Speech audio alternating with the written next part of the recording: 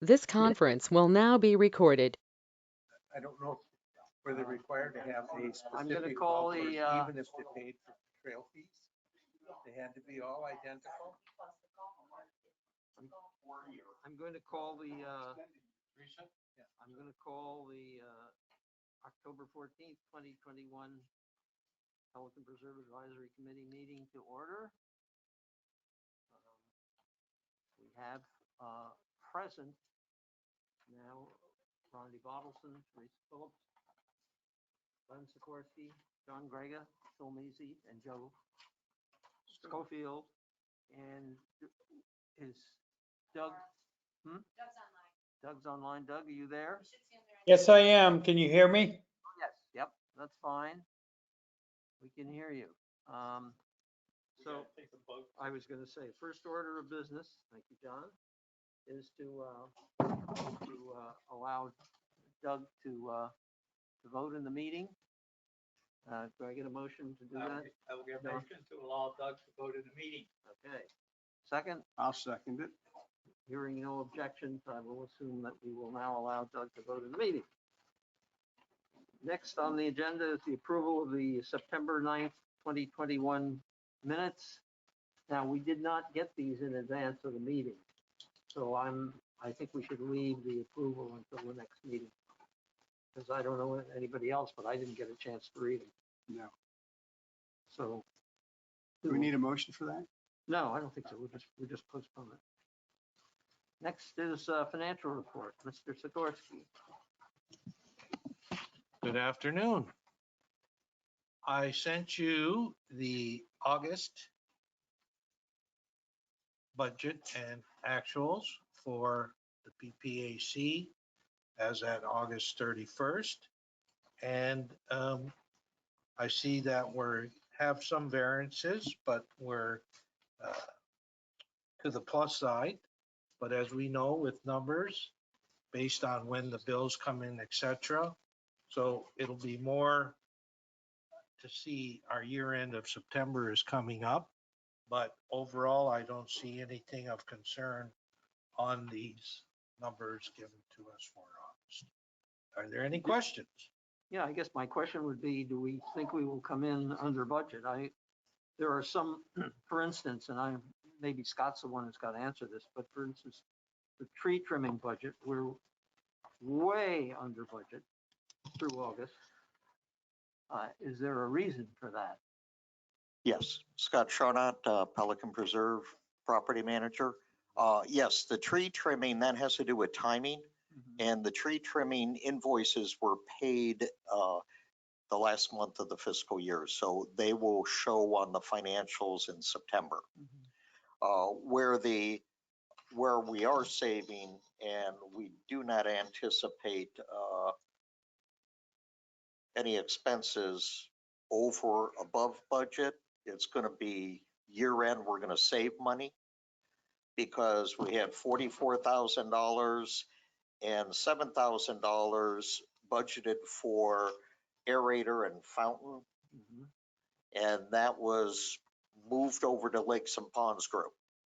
So that was still in our budget. So, that's going to be $51,112 that will reduce our overall expenses. And then we will be spending less in sidewalk and road repairs. We spent a little less year end in tree and sod and in plant replacement. And the shared portion with the commercial properties, we had the same thing occur. We did hold off on a few projects for the end of the year. But that'll be in the final report. I'm going through the GL on my end, and then once I get the district's final numbers, I can compare what I have with the district's year end financial. So, but you expect in total it will be under budget? Oh, yes. Oh, definitely. Yeah. I noticed that the manned access control, we are over budget. Yes. At least through August. Yes. And since that's a contractual thing, what's causing that? We added additional security for another month, if you recall, Okay, because of Yep. the traffic. yep. Yep. Okay. So So that's. that was not planned for in the contractual agreement, so that was the overage. Mhm. It seems to me, you know, people have other questions of Scott.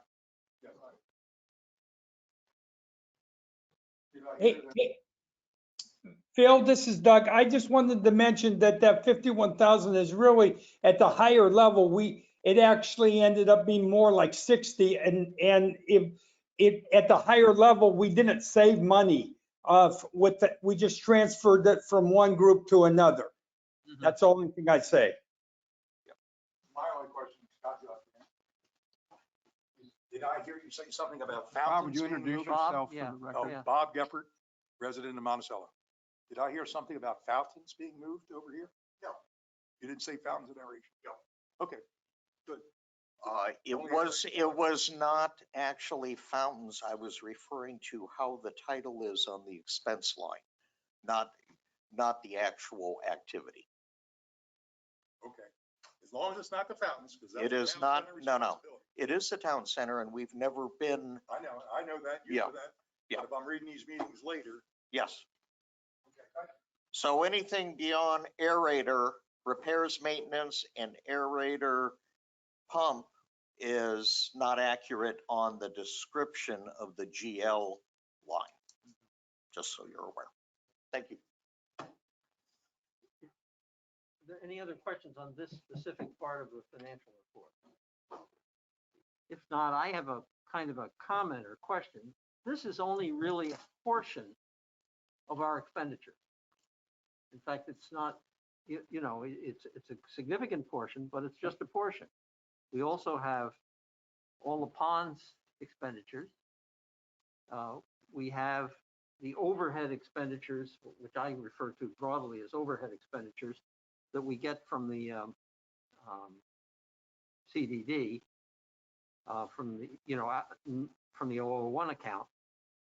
And we also have our reserves that we contribute to.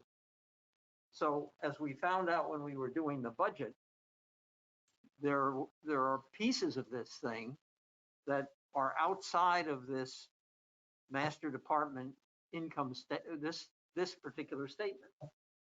And I'm wondering whether there's some way that we should be we should track those each month. We seem to look at this. This is the HOA thing, but there are these other pieces that we don't see each month. Well, we do have the 93,000 on there for the O&M agreement. It's on there, bottom line. Yes. Do you want a breakdown of that? Oh, no. I'm not looking for a breakdown. I'm looking for the stuff that isn't on here. That's on here. Correct me if I am wrong, and just wanted to clarify that. What you're asking for is the month expenses from lakes and ponds and from the 001 account that we would get from the district. Exactly.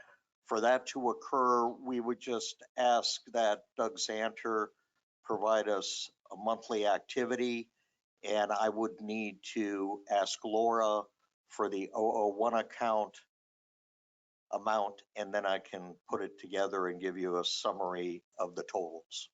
That's the only way to do it. Yeah. You always got costs every month. Yeah. Well, my point is I think we should be looking at those, not only these expenses, but those expenses every month. Yeah. So if you look at the overall savings, Yeah. we're gonna end out on the plus side. But as Doug Zanter mentioned, we're at 61,000. So that number is going to be lessened. And then if you look at some of the other expenses, like engineering, we did spend over budget. Mm-hmm. So Exactly.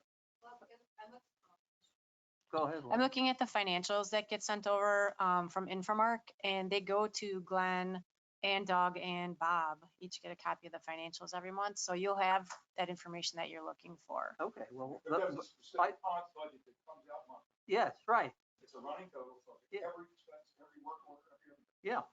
It seems to me that we should everybody on the committee should be getting should be getting copies. of it. They're sent from Infomark, so I guess I would leave it to Doug or Sam Bob or knows somebody. tomorrow. And We yeah. just got it. Maybe Doug just let it go on.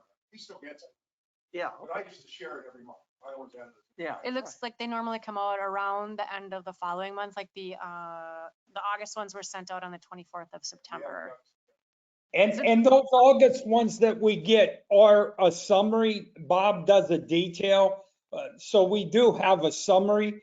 And I included some of that data at the end of my ponds report. I can do it every month. But I agree with you, Phil. The top end number is the only one that matters. Yes. And, Well- you know, we have a budget. This, you know, this shows our yearly budget here is 1,420,000. Well, the actual budget is like 2,000,003. So True. there's a lot of money. It doesn't show on this particular document. And it seems to me we ought to be seeing those numbers. So Well, Laura, could you also give us the 001?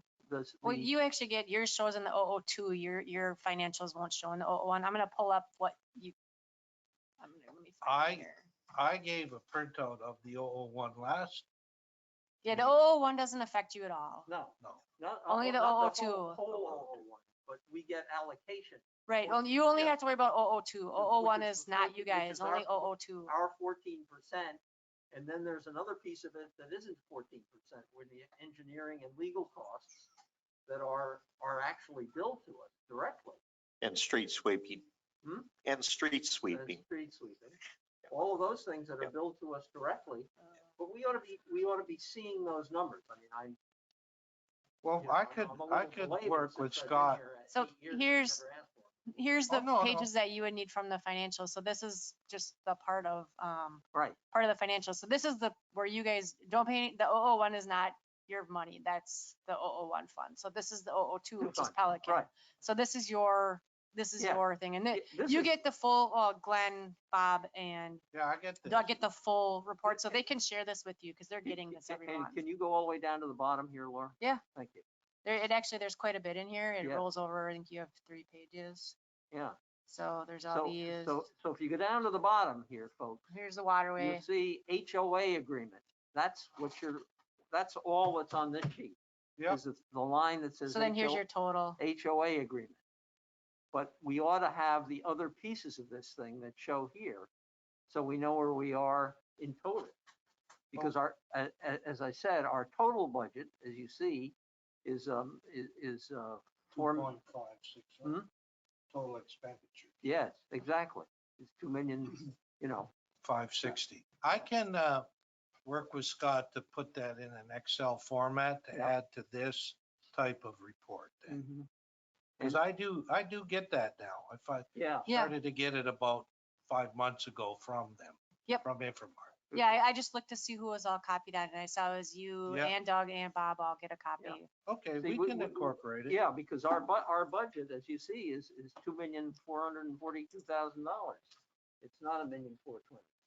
The HOA agreement is what HOA? The master? Well, they call it HOA, the master. It's this thing Oh, that you just got. Yeah. That's what this is. that's the That's HOA. that's the HO. That's the what we call HOA it, the agreement. reimbursement account. That's So, the yeah. HOA agreement number. Yep. But what we don't have are some of the other numbers. And interestingly enough, as I look at it, we look like, you know, we're over by $130,000. There were some adjustments that were made in September, moving some things around, so it shouldn't look as bad by the time it gets to the end of the month. I haven't seen September financials. We're still getting September bills, so I don't expect to see My them for a point is, while. we ought to see this so we can see what's actually happening, because what's gonna be in the non-ad valorem taxes that our constituents are gonna get is the total of this thing, not just the thing that Glenn gave us. I'm not critical of what Glenn gave us. I think it's just, it doesn't have everything in it. We ought to get this thing each month. Hey, Laura, can you scroll back so we're, like Phil mentioned, that's minus 130K? Can we scroll back? Where is the majority of that coming from? Because I see there the ponds group is plus 158. You know what I mean? Under budget. So that means that's almost $250,000 somewhere, over $250,000. Correct, Doug.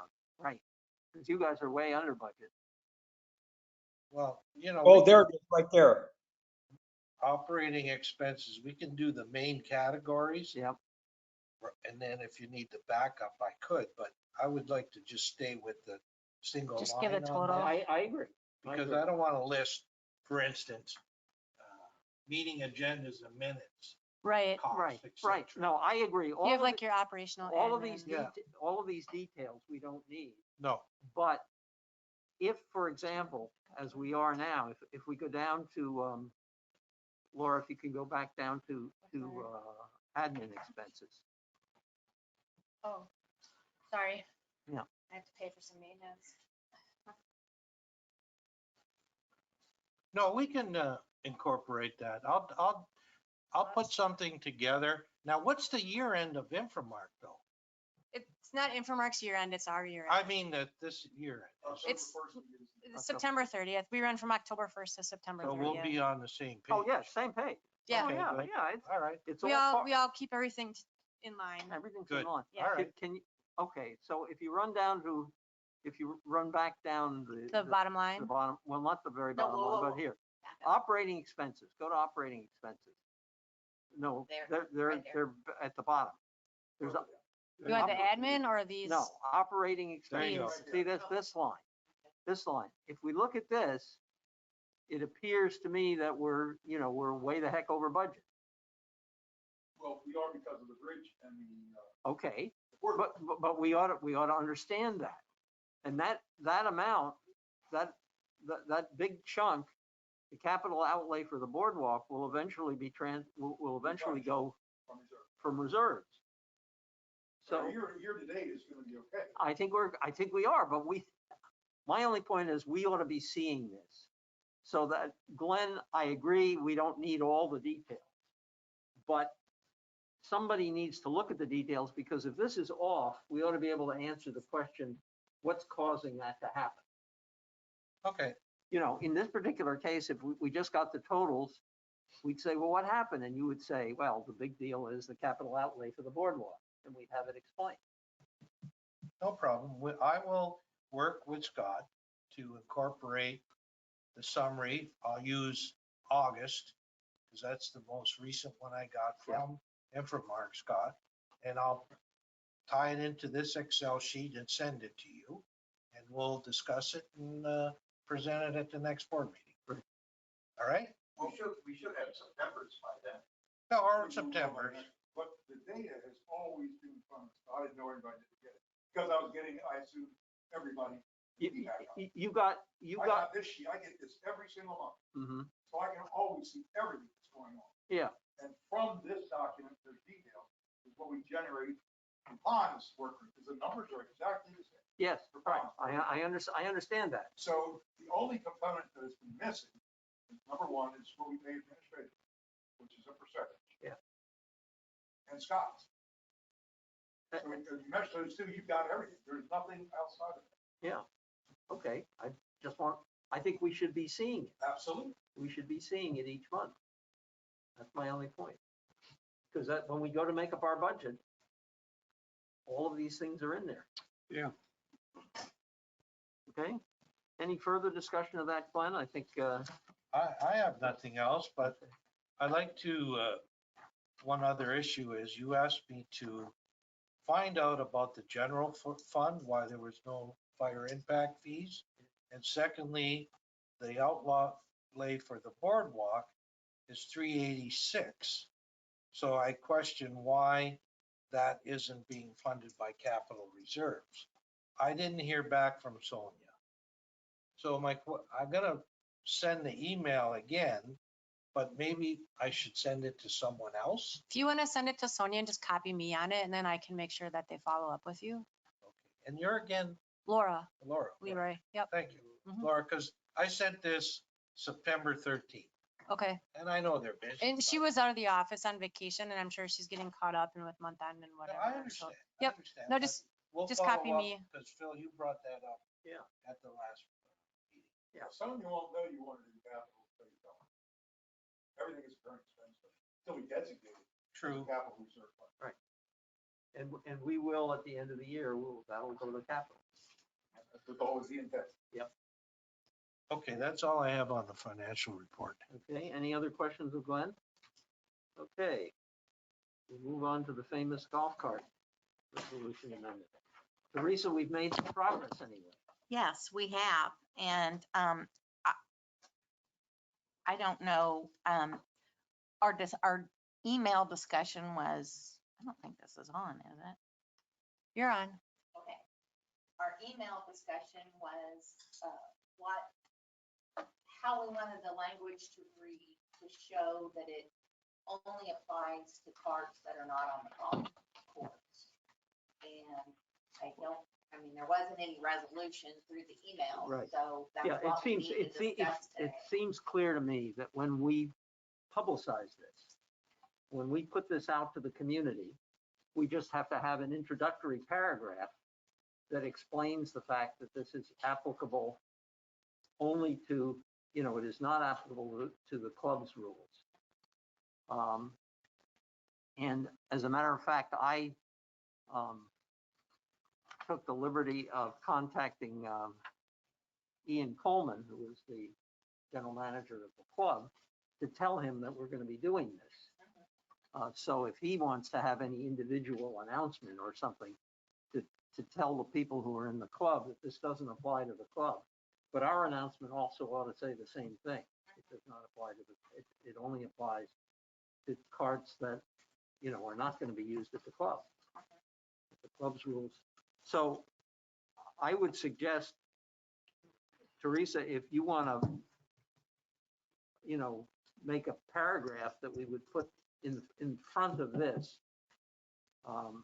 it would make sense to me to do that. I can do that, and I really like the language that Joe had in his email, as far as, just one sentence that Correct. says, this does not apply to carts that are used on the golf course. Right. And make it simple, because if it gets complicated, they're not gonna read it. Right. But maybe we're jumping the gun here with the sale of the golf course. That policy might change. Well, it Well, might. and if it does, And if then it does, the it people does. who have their carts on the golf Sure. course can do whatever they want. Yeah. But I would like to see this done sooner rather than later, because I've been contacted by residents who plan to buy new golf carts, and they want to know, they're not golfers, they just want to know if this is gonna change, and if so, when. Okay. And I told them that it is in the works, but we don't really have any ideas for Yeah. when. Now, it it might be. seems to me if we pass this today, which I assume we will, that we should get approval at the November 4th GSCDD board meeting, and we should be able to put out a publicity right after that. I agree. We should go right out, and that's the reason I think we need to be ready for this. Let me add another complication. Resolution, which you're familiar with now, Teresa, Yes. 2018-04 covers the golf carts. Much of that resolution, in fact, this is section G of that. Much of that resolution is full of legal stuff that's not of a lot of interest, but there are some other things in there that apply to the golf carts. And I'm wondering whether we shouldn't repeat some of those things. Such as, I don't have the resolution. Yes, I know you don't. Such things as that you got to have $250,000 of insurance. Part C says any golf cart owner shall obtain at his or her expense a policy of liability insurance for injuries or deaths and damage to property with a minimum limits of $250,000 for injury or death of any one person and a minimum of $50,000 for damage to property. That's something. Well, That's something that people are governed, this resolution governs how we treat our golf cart. which is, from a legal perspective, since all we're doing is making an amendment to paragraph G, all the rest of the resolution applies. I understand it.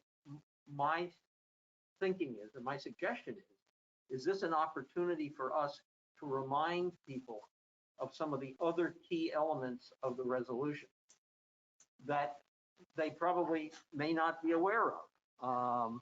I believe that in our publication to the residents, Yes. that it would be a good idea to That's- reinforce that's that what- this resolution also calls for residents to have this much Exactly. liability, et cetera, et That's- cetera. But it doesn't need to be in the document. Absolutely. Okay. I can't agree with you more. Yeah. I'm saying, is this an opportunity to say, in addition to this change we've made, here are other elements of the resolution that you ought to be familiar with? And I think if we do that, what we ought to do is pick out stuff that is, we don't want to put in the legalese, Right. but we should pick out things like that. That you can't have golf carts are restricted to operation by drivers of a minimum of 16 years of age. I think that's one of the other things we ought to remind people Sure. about. And so I'm wondering whether there are pieces of this resolution that we should also have in our publicity. I'm not saying it's a legal thing, No, I But- totally agree with you but as far if as we the publicity is concerned. if we put out an announcement about this change, we say we're making this change, and by the way, here are some other things about golf carts you ought to be aware of, and do them in a very summarized version. You got to have $250,000 of liability. That's sufficient. People under 16 can't drive the cart, that kind of thing. So I throw that out on the table, whether people think we ought to put that information out again. I think that's an excellent idea. That fellow that had written about, he's moving in and he has a golf cart that's got a black top or something. I corresponded back to him and said, we're looking at this because he already was aware of that. And I said, the golf course is a separate entity. If you're planning to use that on the golf course, you need to follow what their rules are. But we, as a minimum, have a requirement for headlights, taillights, turn signals, registration, and you need to make sure a golf cart that you might have for the golf course also meets the minimum standards for the community. Right. And Well, I received an email from a woman who's moving in November, and she was wanting to know what the status of this was, because she had heard about it. Right. And in my response to her, I told her kind of where it stood, but I also said, keep in mind that this only applies to carts which will not be used on the golf course. Yeah. And that the golf course has the right to make whatever regulations they want because they're a private entity. Now, what is true is that everything other than what we're changing also applies to the golf cart route, to the golf course. All the other stuff is exactly the same. And in fact, the whole resolution was exactly what the golf course was doing. We're changing paragraph G. So I would request, if people think we ought to do that, that you draft something and you pick up pieces of, the stuff that you think, we don't need any of the whereases or things, but there are things in paragraph C, section 1. Wake up.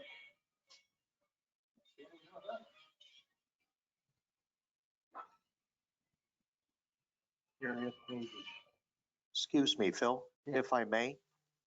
We do have a summary page, a communication piece that we pass out to the owners. So I'll just work with Teresa Work with and Teresa. we'll get that done. It's not going to be that difficult. Email me a copy of that. I can Yes. incorporate it into- And Teresa, yeah. And so Scott, I have a if you would question. if you would draft that along with something explaining the changes we're making Mhm. to paragraph G. Sure. And I don't even think that our explanation of paragraph G, the changed paragraph G has to be, most of that stuff it probably would almost be just paragraph G just as it is. But if you could draft something that would be a thing to tell people, this is the change we're making, and by the way, these are the other things you ought to keep in mind as you're driving your golf cart. Yeah, I mean, if the committee wants me to do that, I'll be happy to do that. And is it okay if I circulate it But yeah, via email so Yeah. that when the board, assuming the board approves Prove it, it, yep, we'll be ready. to we'll get be it ready out and get by it then. out, And exactly. your best bet would be to send it to Georgia. I'm not gonna send it over. Yes. Yeah, oh, yeah, Okay, yeah. and that- When we, No, I when get we- that, when we yeah, circulate yeah. by email, That's how we usually Yeah. do That's it. how we do it. Okay, making So- sure. So we can approve this today and just let you put your letter together. We look at it and Yep. basically we're approving it and we're just cursory looking at that letter. Sure. And I And let mean, it if you go. have any, if I've forgotten something, or if you have any things that you'd like Yeah. to be changed, we could do that through Exactly. Georgia. Yeah. So the final product will be ready to go out whenever after the board meeting. Exactly, yeah. Is it feedback's intent to change and add things that weren't previously needed? Or you want- No, Here. we're changing, No, we're changing the fact that it doesn't have to be white or cream color. I've never seen any city have headlights unless you're driving that car. It's in there. that's in there. Yeah. It's That's in in Oh, I there. haven't seen that. That's these headlights. Doesn't say. That is one of the things that's in another paragraph. That's what I'm paragraph 4. for. Oh, I can't see that. Paragraph G, which has always been in there, Yeah. was not changed at all. Requires headlights, taillights, turn indicators, in The order. headlights and the turn indicators are the two things that previously weren't required. That's all I was just asking. Are we now requiring? You're saying no. No, they were previously required. No, What I'm they telling, were not. in the resolution 2018-4, which was passed in 2018, They were Since that included. It was the time- previous resolution you're thinking of, Bob, where they weren't included, but they were included in this one. This since 2018, we have been required to have all of these things. and that came about, if you recall, after our battle concerning where you could drive your golf cart, the lanes. This resolution, this was a new resolution, and that was put in the new There's a lot resolution. of people that drive in daytime that don't have headlights. And I guess my next question, if that was the intent, how are we going to enforce it? Well, they're old cars. I mean, but nevertheless, we're going to make a retrofit or? Grandfathered It was in. my understanding that the reason we were changing this is because now we're going to have enforcement powers. Is that correct or not? Well, the only real enforcement we're doing is people are supposed to register their golf carts, and we don't really even have a real enforcement mechanism for that. Well, the only reason I brought it up, Teresa, is to ask, don't put it out, you're not going to do it. And how would you make somebody do something if they don't have turns legally? They say, I never drive at night. We're going to try and make them. Well, I think it's a I good thing to totally have in understand there. what you're saying. All I'm telling you is that it's been there for 3 years. Every now and then things be fine. One of the other issues we have is if we have a golf cart, a golf course, when you start on different holes, They cross our streets. they, not Shotgun? just crossing our streets. Shotgun? If you have a shotgun, just like we had the other day, and we're having a lot more shotguns these days, the golf carts at the club are not street ready.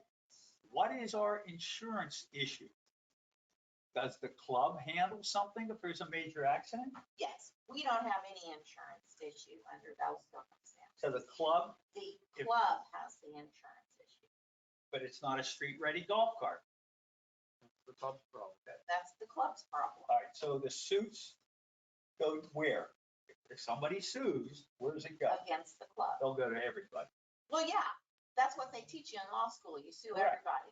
But we'll get out of it because it's not our responsibility. Okay, How does that differ, Teresa, if an individual doesn't have the license? Same sort of thing. good point. It's their responsibility. I do think we have a little liability there if we've got something that says you have to get it inspected and you have to get a permit. But we don't And if sign after the we- golf course. If we don't, We apply to an individual and not the golf. Hmm? We're saying we're accepting golf carts on our roads crossing under the circumstances. I'm not trying to be argumentative, I'm trying to go through the thought process. We're gonna accept what the golf course does, but not accept from residents? You're all in I don't here. understand what you're Golf saying. carts from the golf course will Yes. cross our road. Yes, they will. But once they're on our roads, they're on our roads. Yes. Whether they're on there for 2 minutes, that's all. We're saying we don't require them to do it. We don't require the golf course, golf cart to be street ready, even Oh. though they cross our roads. There you go. That's the issue right there. If they're on our roads, everybody's in, everybody's out. Well, like I said, they're gonna sue everybody. But we're not gonna have any liability. I'm just worried about the logic of it and how you sell it. Actually, you don't. Oh, I got that. It's an easement. We're a governmental cross. agency. We don't have the right Not on to a shotgun. limit as much as private entities. Private entities, i.e. the golf club, can make their carts however they want them to be. As long as they're not on their roads, I agree. But the minute they cross our road, they're no longer private. As long as they only stay on golf. I disagree with you because sometime before I moved here, there was an allowance made for golf course carts to cross the roads. Yeah, we never enforced it. I agree with you. We never enforced it. But I'm saying to you now, we're going forward. We're spending too much time. Yeah, It's illogical. Well, I agree, but I'm not sure that's something we're gonna get a lot of questions about. Yeah, I'm not It's a sure. lot of Except for- talking, not much we Except for can do. those people that don't currently apply to the 2018, because they didn't know, ignorance or whatever. And I was never challenged with it when I went and got my stickers on the end of the year. Nobody said you don't have terms. So we gotta change a lot of it. It's more than just the paperwork. Yeah, but when did you buy your cart? Oh, I don't know. I bought it in 05, but it really doesn't make a difference. Something changed in 2018. I get the sticker every year, but we've never been challenged from 18 on to say, oh, by the way, Mr. Governor, you don't have this, and this. You got it. Well, what brought the whole thing up is that I have black seats. And when I have the whole other, everything else is good. Everything's beige, easy go, you name it. But because I had black seats, I was not able to get a sticker. And so I went around, well, I didn't, it was my husband, went around and took pictures of all of the other golf carts in the parking lot of the golf course that don't apply, and took them back in. And they said, okay, well, we'll grandfather you in. And my argument is, I would rather get hit by a red golf cart that had insurance than by a beige golf cart with beige seats that was uninsured.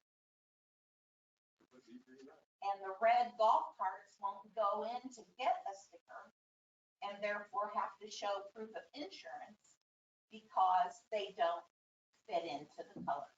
See, that's the whole other, the other can of worms. Anybody doesn't get the sticker, what do you do, Okay. what's the average? Now, I know someone who just recently bought a new golf cart within the last couple of weeks. It is white, it has black seats and a black top. And he said, and he indicated that he had checked on it and that was okay. So I didn't ask him who he talked with, but who might that have been?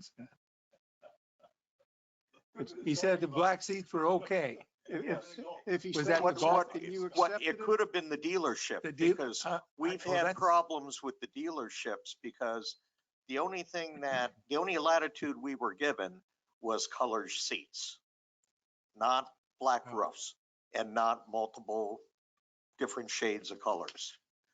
That's all we were given. So if you're hearing that from somebody, it's either talk to their golf buddies, talk to their neighbor, but they probably didn't come up to the office to get a sticker yet. Okay, and I didn't So- ask, but I just mentioned that, that was still being under consideration and hadn't been in. No, it was only the seats that we were given flexibility. Maybe that's what he said. Oh, the black seats are okay. We gave him You did. flexibility. Yeah, you did. Because when we started this argument. Yeah. And I Yeah, we made did. my pitch about Yeah. my black seats, we decided that seats really weren't important as far as safety was concerned, so who cared Yeah. what colors? There's a lot of people with seat belts. Mhm. Well, Scott said people come up, they take the seat covers off past, they put them back on again. So, yeah, can we make a statement in there if we have to, that any golf cart, any owners that predated the 2018 change are grandfathered in? Would that cover it if there's a real issue? Otherwise, I don't have an issue with it at all, and just move forward and. Then we get it, I have a question back to about Tony's this though. I had another neighbor who's moved in the moved last spring. And they sold a golf cart. I mean, they just kind of put it out with a for sale sign, by the garage or something, and it gets sold. So now these new rules, does that prevent somebody from selling a used golf cart that's No, maybe it's 10 years old? specifically in here. It's specifically in here, it provides for sale of the golf cart. You know, It is permissible to purchase, well, but it has to meet the required specifications. But if it's But 10 years if it old, is didn't it going meet to the have? specifications back then, and they can still sell it. Yeah, but you can get turn signals put in, and you can get headlights put on. I don't think any of them don't have In headlights. regards to turn signals. I mean, I don't own a golf cart. I golf 3 days a week though. But what's wrong with hand signals? People used hand signals for years when cars didn't have turn signals. That's the Do people problem. not know what the hand signals are? They're the No. same as they are. No, mostly they don't. They go like this. They're Because pointing. people don't know what the old, even a Yeah. bicycle. When do you ever see anybody put it out? How many drivers will know what that means on a bicycle? Well, people our age ought to. My But- suggestion is that we go forward and make the change we're gonna make. Get out the letter. Yes, And look and at I would agree. I support This- that. We approved this a Yeah. long time ago, a long time ago. So now that we've gotten in touch with Tony and he said Yep. it's okay, let's do it. Let's do it. Can I have a motion? I'll make a motion that we support the new amendment for the golf carts, rules and regulations. And I will second that motion, Glenn. If there's any further discussion? If not, I do have one question. Yes. Did Tony mention why he didn't ever get back in touch with me? he was just so busy and Oh, the priority wasn't there. yeah. Okay. Oh, that's. He did apologize for. Bill, does this change land use? I'm not getting into that one, Bob. That's a lifetime battle. Let's vote on this unless Scott has a comment. Are there, Scott, do you have a further comment? I'm on to the next one. Okay, is We need there to vote. don't any, we? is there any further discussion? If not, all in favor? Aye. Aye. Aye, okay, it passes 7-0. Well, I know, John, but some of the things we talk about are things of importance.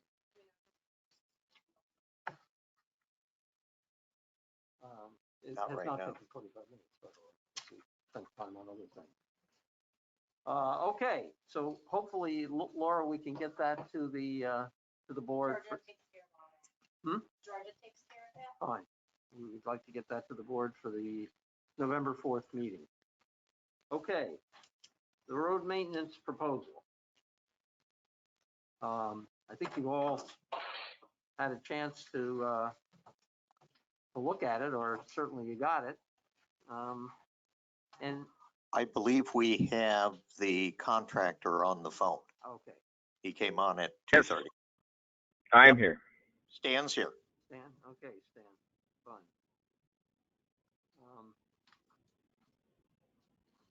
You know, Stan, you want to just give a quick summary of that proposal real quick, and then we'll open. Sure it up thing. to questions?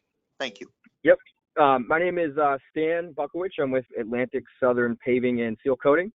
So what this is we took the phases that we looked at last time, and we finally combined the roads that we think that we should do first. If you wanted to do all the roads at one time, we did give you a price for that, just in case. And then Avila, the mill and pave, the replacement of that pavement is also in this quote.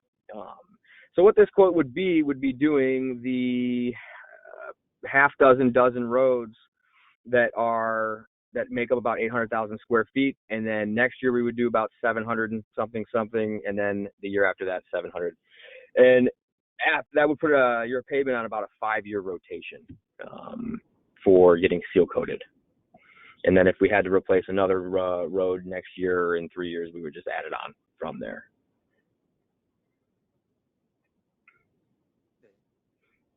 Dan, I lots of questions here, I think, but one of them Sure. is on page 11 of your proposal, where you break down the thing into pieces. I'd like to question the numbers there. Mhm. Are 4 and 5 exactly the same number of square feet? And why are 4 and 5 more expensive than 3 if 3 is more square feet? I think you got some Okay. errors in the proposal. Good question. So what that represents is if we wanted to split up every year doing roughly 750 to 800,000 square feet instead of trying to do the whole 2.3 million at once. So the reason for the difference in square footages is the line item number 3, the 804,702 square feet, is going to be all of the roads that are on page number 6. So that's why the square footages are different. So then the other 700,000 square feet is the remainder. So if we subtract the 800,000 from the 2.3 million, those other two lines, 3 and 4, are going to be, 4 and 5 are going to be the remainder of the square footage of all of your roads. The reason that it's not $117,000 over and over again is that we don't know what the price is going to do in the next year. Between material costs, labor costs, I put 10% on each year over year just for budgeting purposes. That's the reason for the different cost. Can we have that checked then before we move forward? Can we say that's the maximum and it could be less? That would be my plan. That would be my intention. Yes. But there is a place in here on page 13 where we talk about owner agrees to pay asphalt overruns of $125 per ton. And yet, is this a solid bid? Why would there be an asphalt overrun? There shouldn't be an asphalt overrun for any reason. The only reason that would apply would be to Avila, but we know that we're taking 1.5 inches off and we know that we're putting 1.5 inches back. It's just something that's standard in our contract. So in case we do get into a situation where more asphalt is required, you will know what it's going to cost before. But I feel very confident in this bid. I don't think we will need any more for Avila.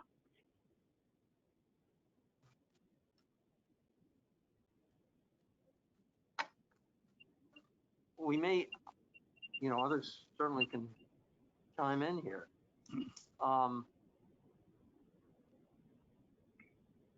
If some neighborhoods have blacktopped their roads, yes, I don't know whether what we've been doing is the same as the seal coat, but if they've been doing it, does that make a difference as far as what you have to put down? Not at all. Nope. We can put down, if they've been using, say, asphalt emulsion or just a coal tar as opposed to polytar, then we can put down polytar right over the top of it. It will not be an issue. For those roads that have been seal coated, I think there's 3, like Bellagio and Bella Vista. I did not include those in the first year. I don't think we need to touch them yet. I don't think you have to touch either one of those for the next 2 years. You're probably right. They'll probably be like the last ones. So, and is there anything wrong with each community? And that might be something Scott should answer, or and if we get reimbursed by the CDD. Well, that's something for us to debate here. If I may, yeah. if I may, it has been the practice that the individual neighborhoods would do the seal coating for aesthetic purposes. That has been the practice.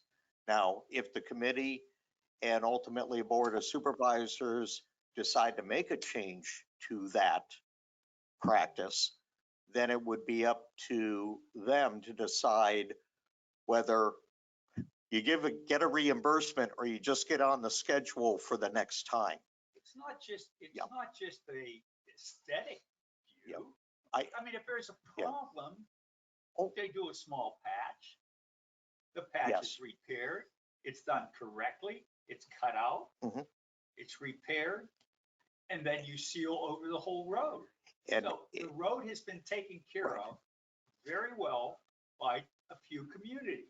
And I don't disagree with that at all, and maybe I wasn't clear, but it's just been the practice. I'm not saying that's the right way to do it.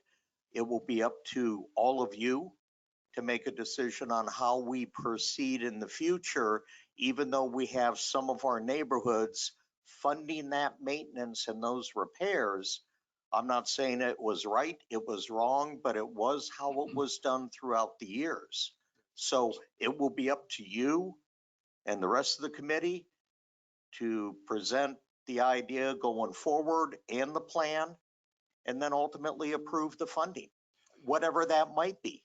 Or do you leave it in the hands of the neighborhoods Scott, as it is now? Has there been any communication with the neighborhood community, the boards in the past, or No. No. any coordination? No. There has been, I think the only thing that I can think of, and Bob, you may be aware of this.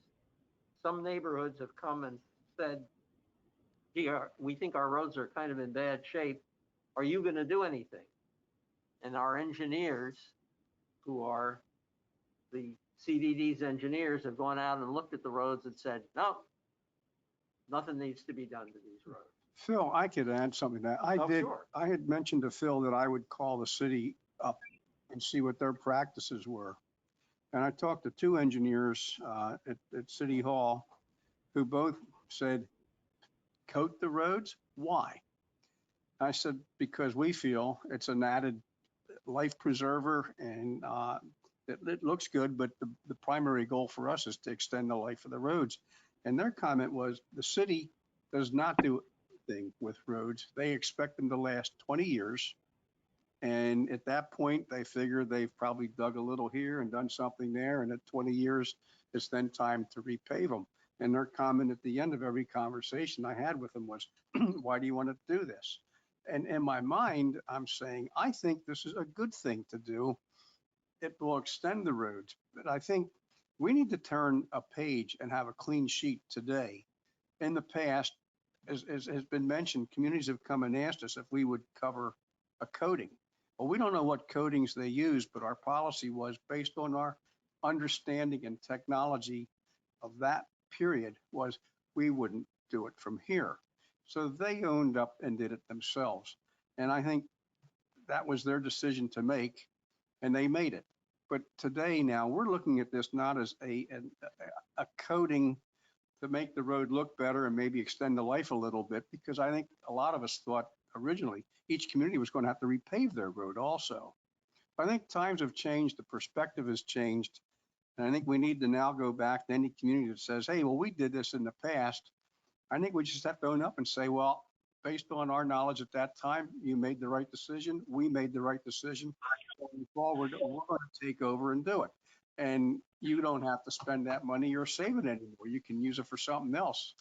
I would be, Go ahead, Randy. I was thinking kind of the same thing. I think this group needs to have a discussion about whether the roads should be the responsibility budgeting of CDD, and perhaps aesthetic, They are, they always have. aesthetic purposes, seal coating.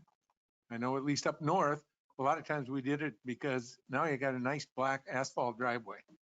And it looks good. That's not the only reason. You seal coat a road to prevent the cracks, water penetrating through a crack. Seal coating helps the life of a road. So people can't say it's just aesthetics. And any engineer will tell you that. Well, I John- thought Joe John- just said that he had. John, you're hard pressed. John, the engineers won't support that. They will not support Trust it. me, Neither they will will Tetra not Tech. support that. We've asked that. We are not in an environment where you go through the cycles of freeze, thaw, freeze, thaw. Right. So what may work in northern climates is not applicable down here. Down here, everyone will tell you, all the engineering companies that I've checked this is aesthetics. Yeah. And discussion. The When city a road is engineers- no longer functional, then the CDD is responsible for going in and changing it. So if you choose to do this, and it's a choice, then you're gonna spend about $100,000 a year forever to put this in. But from an engineering point of view, it doesn't extend the life of the road. You're still gonna have to change that road every so often. Stan, what's your? Yeah, but you're gonna be changing the road out less often. So that's what we're trying to do. I don't find the engineering community that supports that. Okay. Joe, talk to, it's done at the city. I talked to Bill Porter, who I've worked with in the past on many issues, and one of his engineers, Neil, because the first time I Neil's called, last name. I have it written down, but I talked to him because Bill wasn't available, but I didn't feel comfortable, so I called back and talked to Bill directly, and his first comment was, "Oh, you talked of Neil." I said, "Yeah, but I want to hear it from you because I trust this man." And he said, "We don't coat. We just plan." And I don't That's know. a function of a road like Pelican Preserve, not Pelican, Pelican Preserve Boulevard maybe now, but something like the tree line, the other major roads where they have a traffic study. No, they're talking You're- about side roads. They're talking They're about the not roads in the talking about community. Like Bongio Road or Portofino Road. They're talking where you about a just have very small traffic. John, they're talking about a community road. You go back off of any of the major roads, you've got streets. The city's responsible for them. They have said 20 years is a lifetime of a road. And the roads that are the bigger roads are designed differently than the neighborhood roads. Our roads are supposed to be built for the trucks and the work that the workload that they've had, the traffic load that they've had. From what WCI always told us, those roads meet all the standards of the county and the city. So there's no difference between our roads. I feel this would help us, but it's my engineering mind says, question this thing. One, maybe I want to. No, I must say that we have an issue that has to be taken care of, Avila. Yeah, That has to be done. that road's Now, horrible. we could argue that the ones like Bellagio, my community that's sealed, aren't in that state of disrepair. And now Avila, who didn't do it with seal coating, has to have this major expense. So we have to take care of that first, right? Then Absolutely. secondly, we have to implement the decision, and I've talked to Bob about this, do we make communities then do it going forward? So we don't have this issue of getting to where we spend major amounts of money to repair a road. A fair proposal to Avila would be, if we spend the 50 or 100,000 to resurface it, then from then on, they're gonna seal it every year. And I think if you make that proposal, you're gonna find out they're not willing to do it. They don't want to spend their money to seal the roads. That was a conscious decision before. And when you talk to them, well, we took it to the board said no, and that's the end of that. So if you choose to bail them, and if we have a responsibility to do it, you do it. But I would put the caveat on there, sign up for the seal coat. Well, if we do it for Avila though, we have to do it for every community. Well, you're gonna do it, well, repair the road, you have to.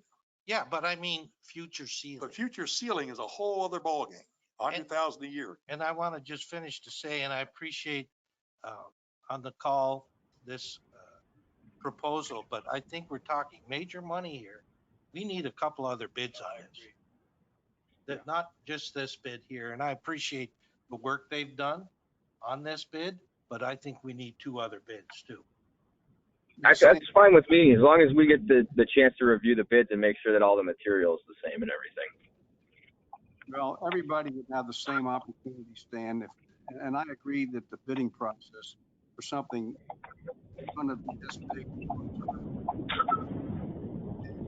follow all the practices and requirements of the CDD as far as the bidding is Well, concerned. that's Laura, why I bring it up. We have to do that. Laura could Oh, you should. You definitely should. Absolutely.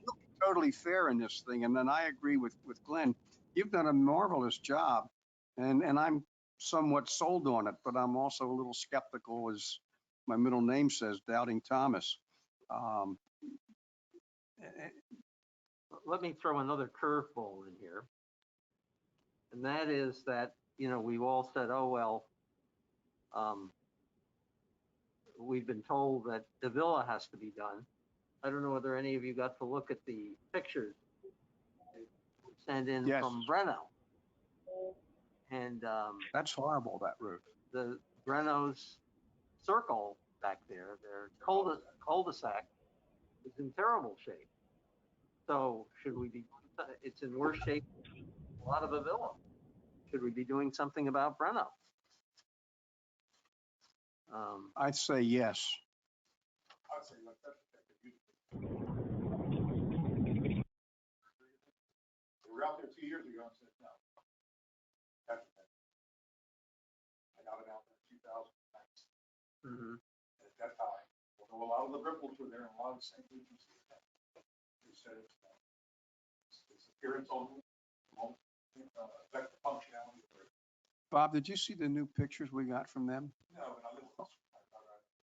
But Okay. I don't see that road on our list here. Breno's on the list.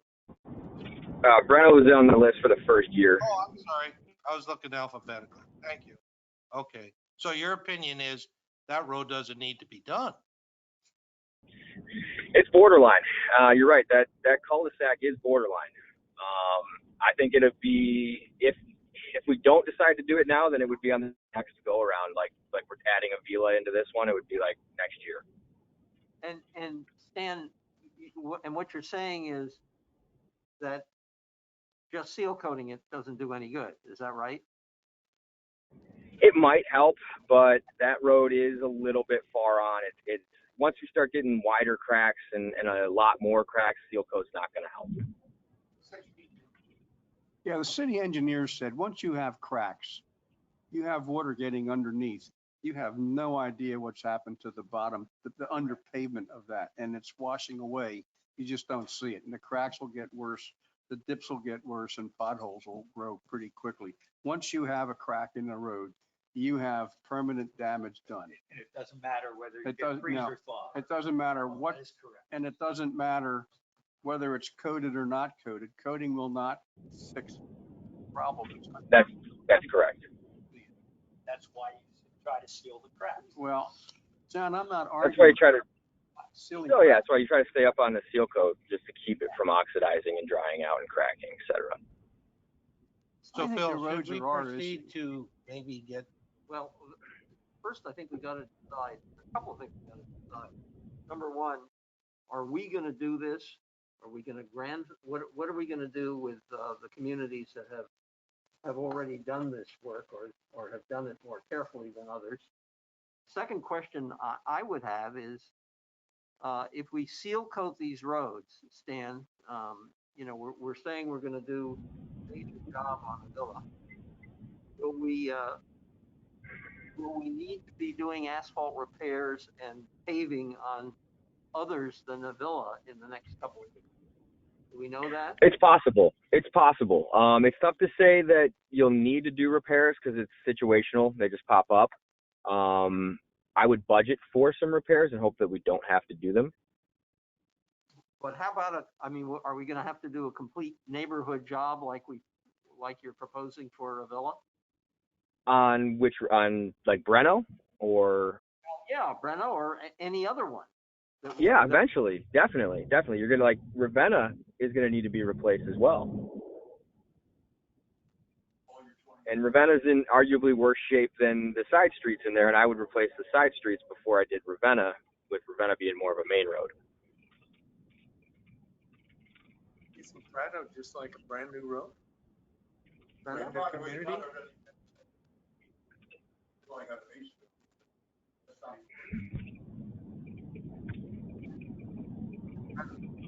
No, Breno. Yeah. I get it with a villa because that's one of the original communities. Yeah. But in the newer ones, aren't the roads, different ages? Not all of the roads have. Definitely, I think that like you have some that aren't even down yet, like Cypress Grove is waiting on a final lift, and Prado in that area over there. Anything in Cypress Grove is not in there. Correct, because it's just not there yet. I think that we're responsible as a board for this milling, paving, maintaining the roads. And we should probably set up a program that we're going to do a road, plan to do a road every 20 years.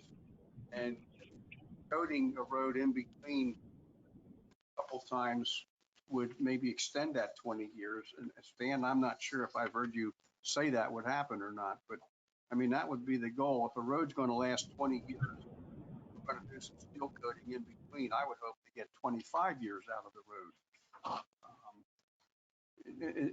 Would you make that statement, or is that kind of iffy? I would make that statement. My goal would, I've seen them go 30 years if they're maintained with seal coat.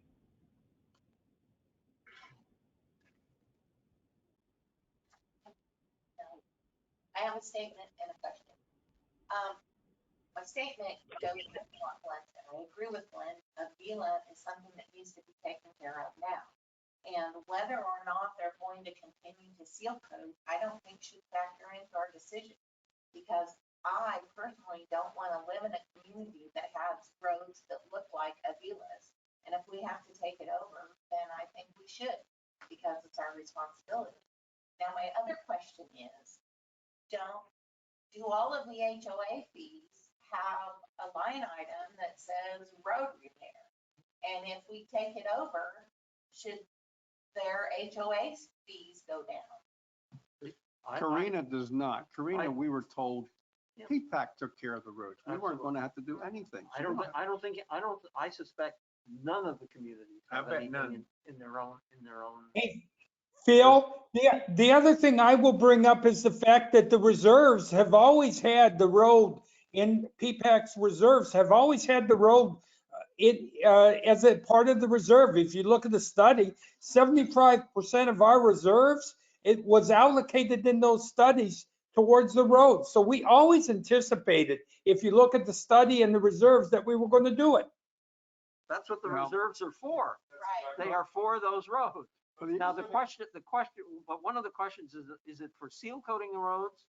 Or is it for actually doing the paving and milling or whatever they call Yeah, it? So I can speak to Brenna specifically to your question.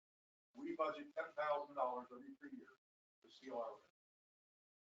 If this passes, whatever, if you're gonna do something different that involves the community, my dues will drop for Brenna by $10,000. We're not gonna collect it. Well, I think that would be Well, and that great was for my the question. communities. If it becomes a CDD funding. But I caution you, you're upping your cost, your yearly cost, $100,000 a year. Because that was my Where do you question get the for those 100,000? communities that The do their own. 2,300 square foot of road by. Oh. You know, Bob, somebody's going to pay for it. Either the HOA pays for it, the residents, or we do it and the residents are paying for it. So one way or the other, the money's not, $100,000 is optional. yeah, it's not being saved.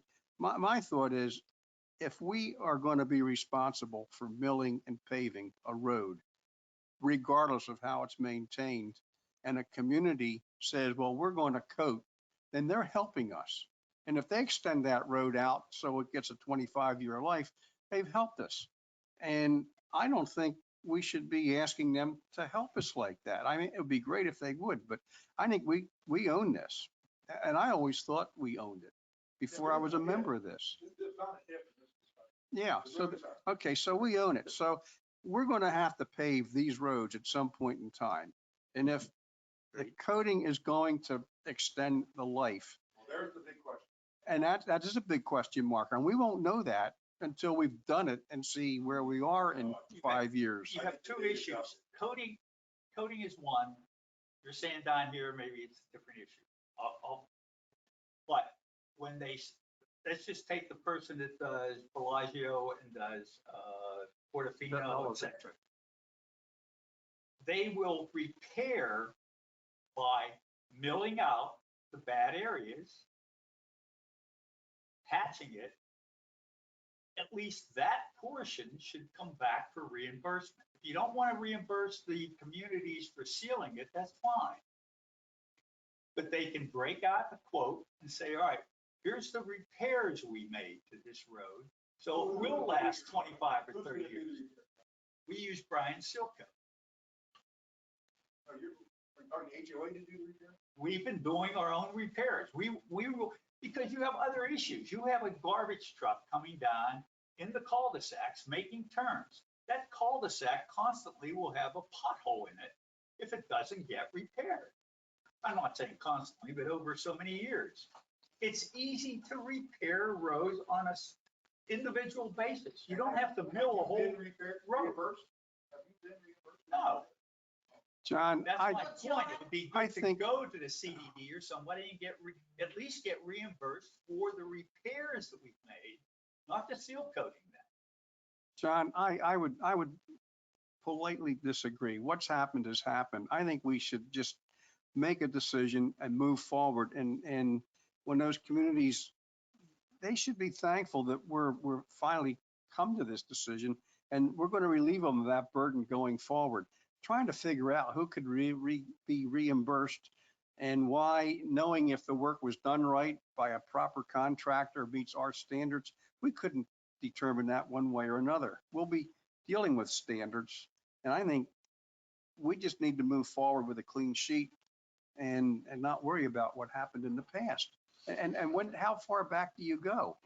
I mean, do you go back 10 years to somebody that did road work, or 5 years? I think you open up a can of Let's worms. just go forward, that's all. That's all I want to do is go forward. So if I fixed my road today, I wouldn't get reimbursed. Tomorrow, if this board decides to do it, then I would come to the board and say, I have a hole, would you fix it or reimburse me if I fix it?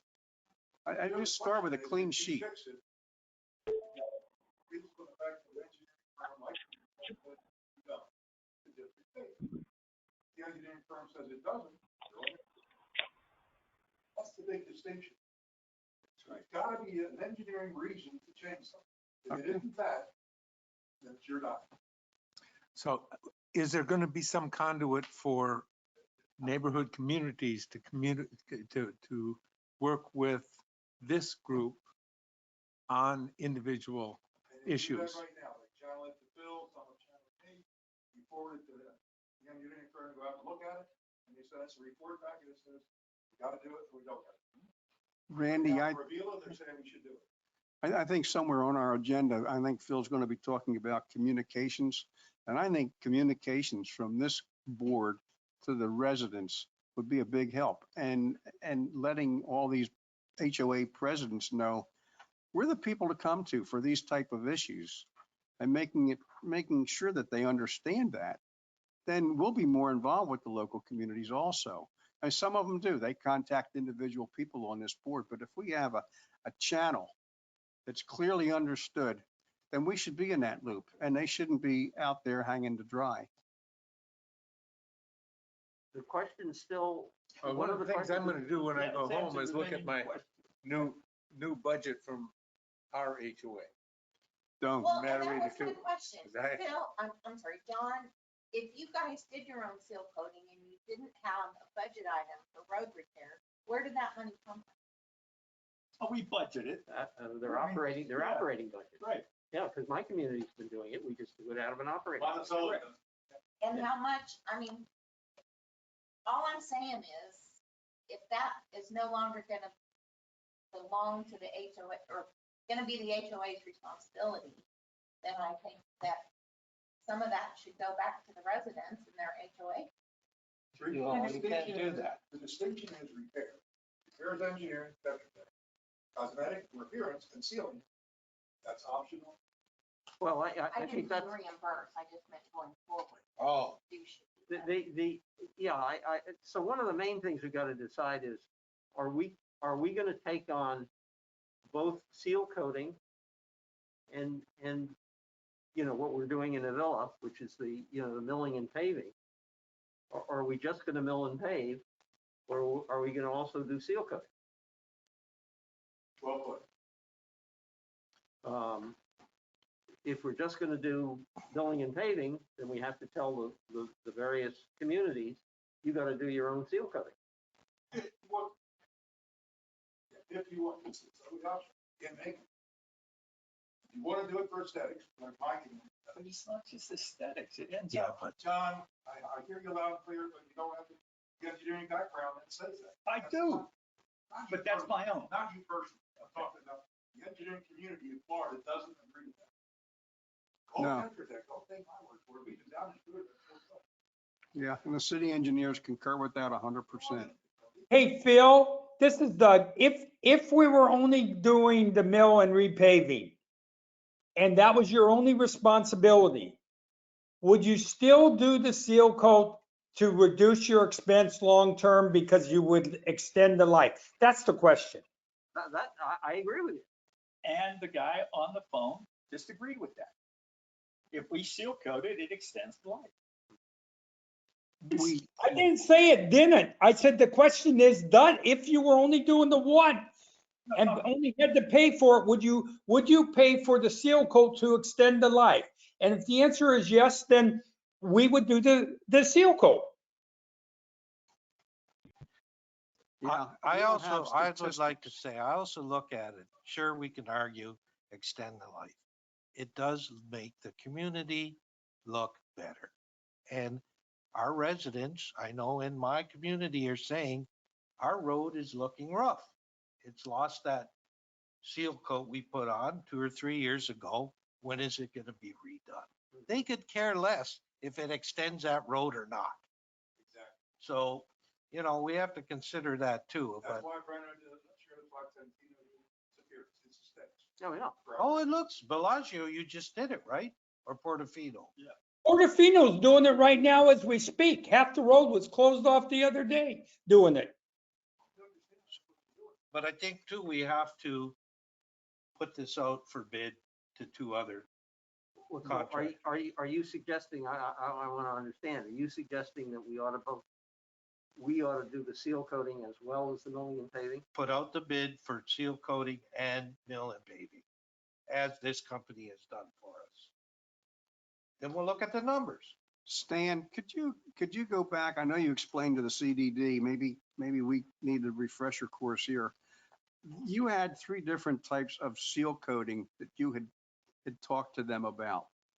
One was more of an aesthetics, one was a little bit better, and then you had Sears Roebuck best or very best. There were 3 Right. different types of coating that I recall you discussed. And the advantages or disadvantages would be, if you could tell us that in a capsule in a few minutes. Yep. Maybe that would be a good thing for us to learn, because my concern is a community might do seal coating and it might only, and maybe they'll repair a hole in the road too, John, but maybe it's aesthetics. Could they do a seal coating that would make that road last longer or just look better? Right. So Explain that. basically we've got a couple different materials that we use. One is an asphalt emulsion and the other one is a coal tar derivative. And then the upgraded version of the coal tar derivative is what we call polytar, and it has polymers mixed into it, so it's a little bit more heavy duty. There's 2 different application methods. There's a squeegee and a spray, and what we're giving you is a squeegee spray with polytar. So what that is going to be is our longest lasting and best application method. If you want to do an asphalt emulsion, it's not an inferior product, but there's limitations to the product. It can't be put down in high humidity, so we would have to do that during our season, our not rainy season. Obviously, that creates a logistical nightmare sometimes, and it doesn't last as long. If conditions are perfect, like I said, low humidity, we can keep people off of it. It's not going to rain. It's a pretty good product, but not as good, not as well suited for the Florida environment as polytar or the coal tar is.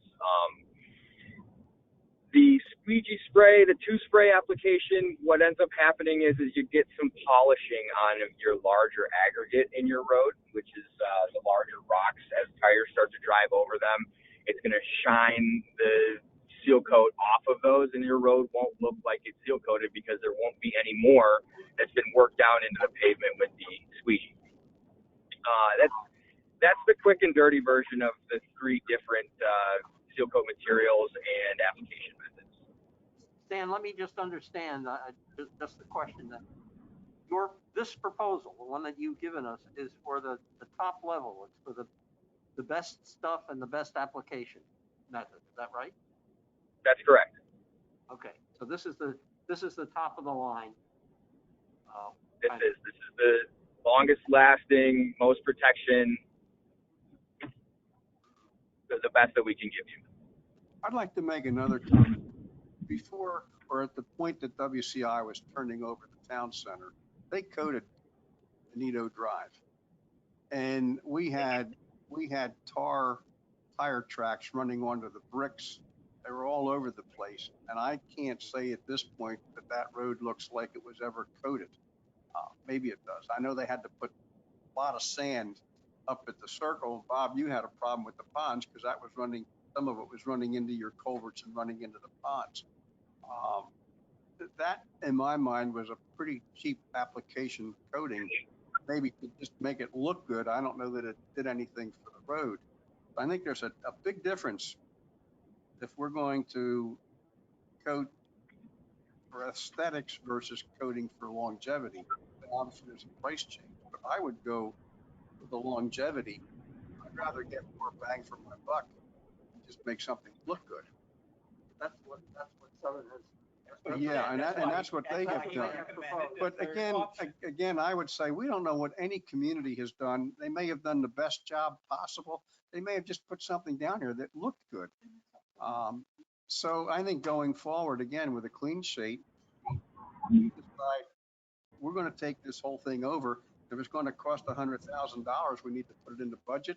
We need to explain to people that we're doing it and that their HOA fees could be changed accordingly. We don't know what the HOA might do, so that's not our purview. But when I look at this quote, 360,000 for seal, 3.3 million to mill and pave. Whether sealing, I believe, will extend our roads. I think we go with seal and mill and pave going forward. no, And don't start with each community, make the decision. It's gonna be done. We maintain the roads. We budget for it. We proceed that path. I support that. I have a spot in my brain that says I'm not happy with that, but the other part of my brain says that sounds logical. So Glenn, you're proposing that we both mill and pave and seal coat Yes. as proposed here, and that all of that considered as part of, and I don't know whether the capital reserve study took it into account, but that all of that be considered reserve capital expenditure. Yes. So there would be nothing out of the operating. Great. And what do you do with the roads that are and have been well maintained? You're gonna mill it in 2 years, like they're proposing? No, No, they're you're not going to mill it on an proposing as-needed basis, The John. milling is going to be. Exactly, as needed. That's an As needed. as-needed basis. We're now saying that the villa needs it. Nobody else needs it.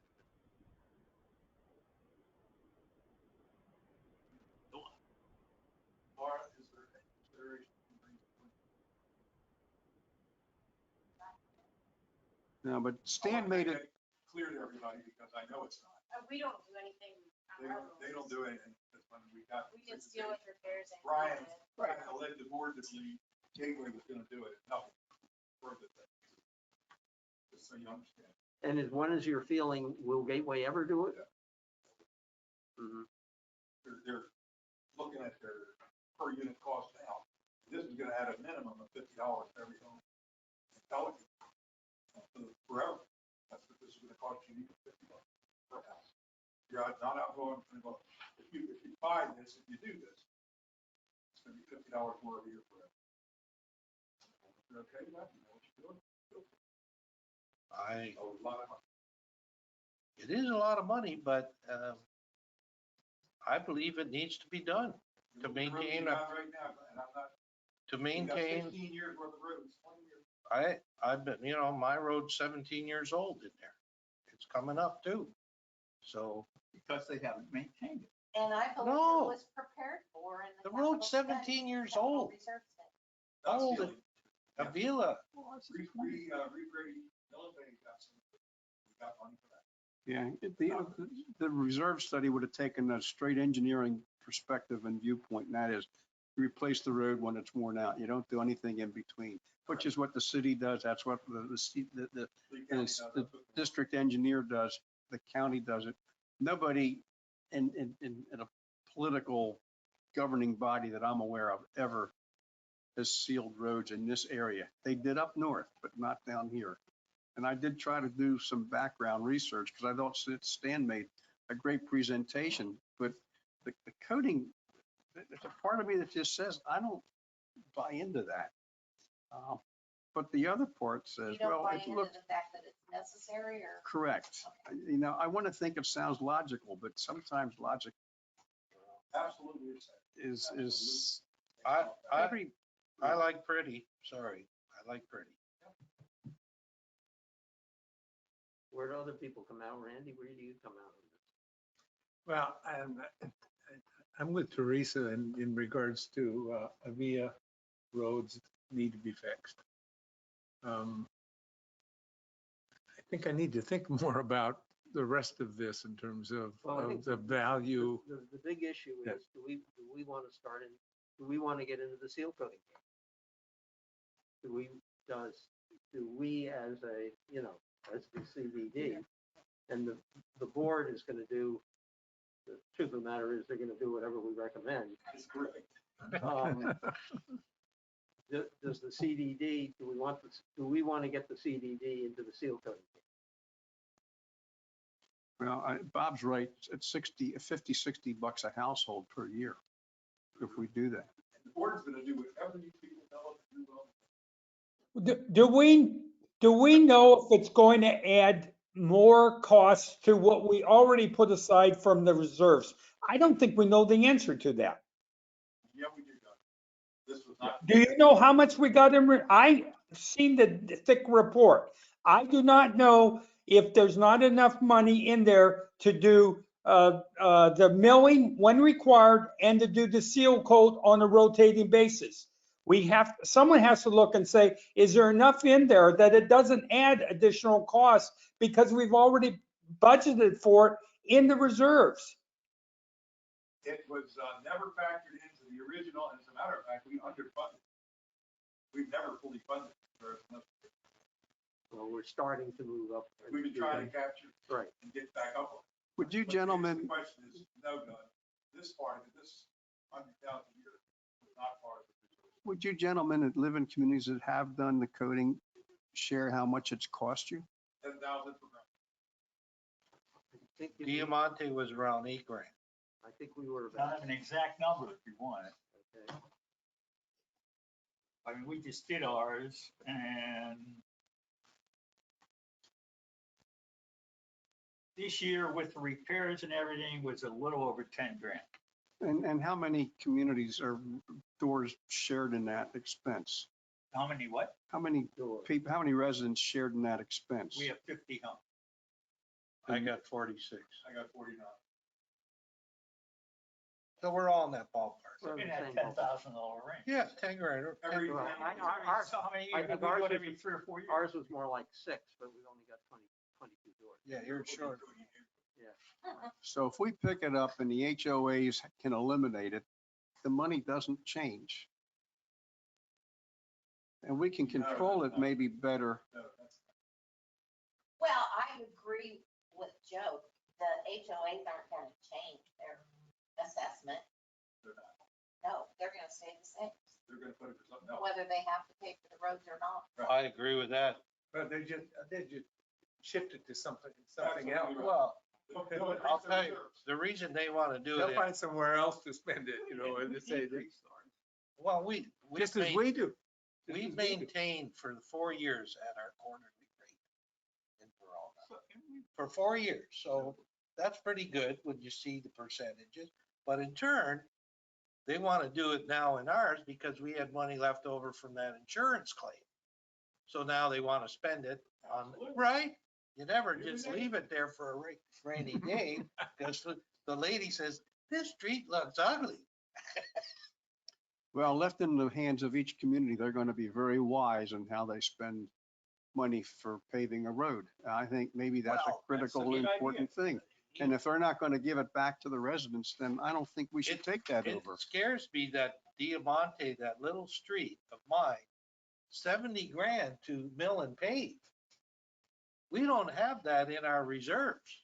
I know that. Yeah, no, maybe not. We don't. So I'm very happy that CDD is said, I don't hey, think, I don't think there's any argument that we have the mill and pave. oh no, we have to do it. There's no question about that. The only question is, do we want to include Seal coat. I think I'm ready to make a motion that we pick up the milling and paving on an as-needed basis and the coding is left to the communities. Well, that, you don't need a motion, that's what you currently have. That's Exactly. the current status. Okay, so I would just say status quo. I put in a motion that we get 2 other bids for seal coating and mill and pave and give the current fella here, Stan, the opportunity to see those so that they're all on the same page. And then we sit down and make that decision that do we go mill and pave and seal coating, or we just maintain what we currently do? I'll second that.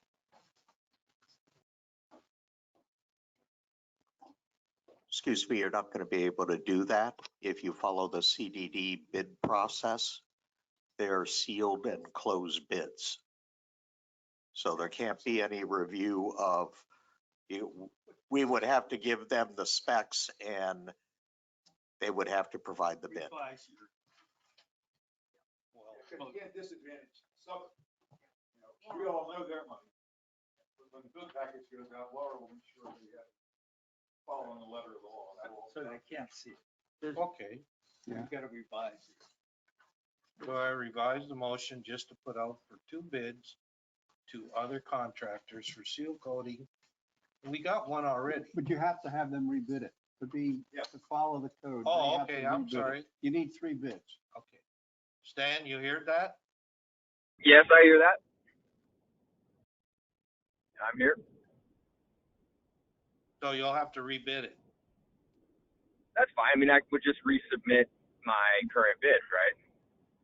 Sure. If you choose to do so. Okay. I mean, because we're going to be looking to do polytar squeegee spray, I assume.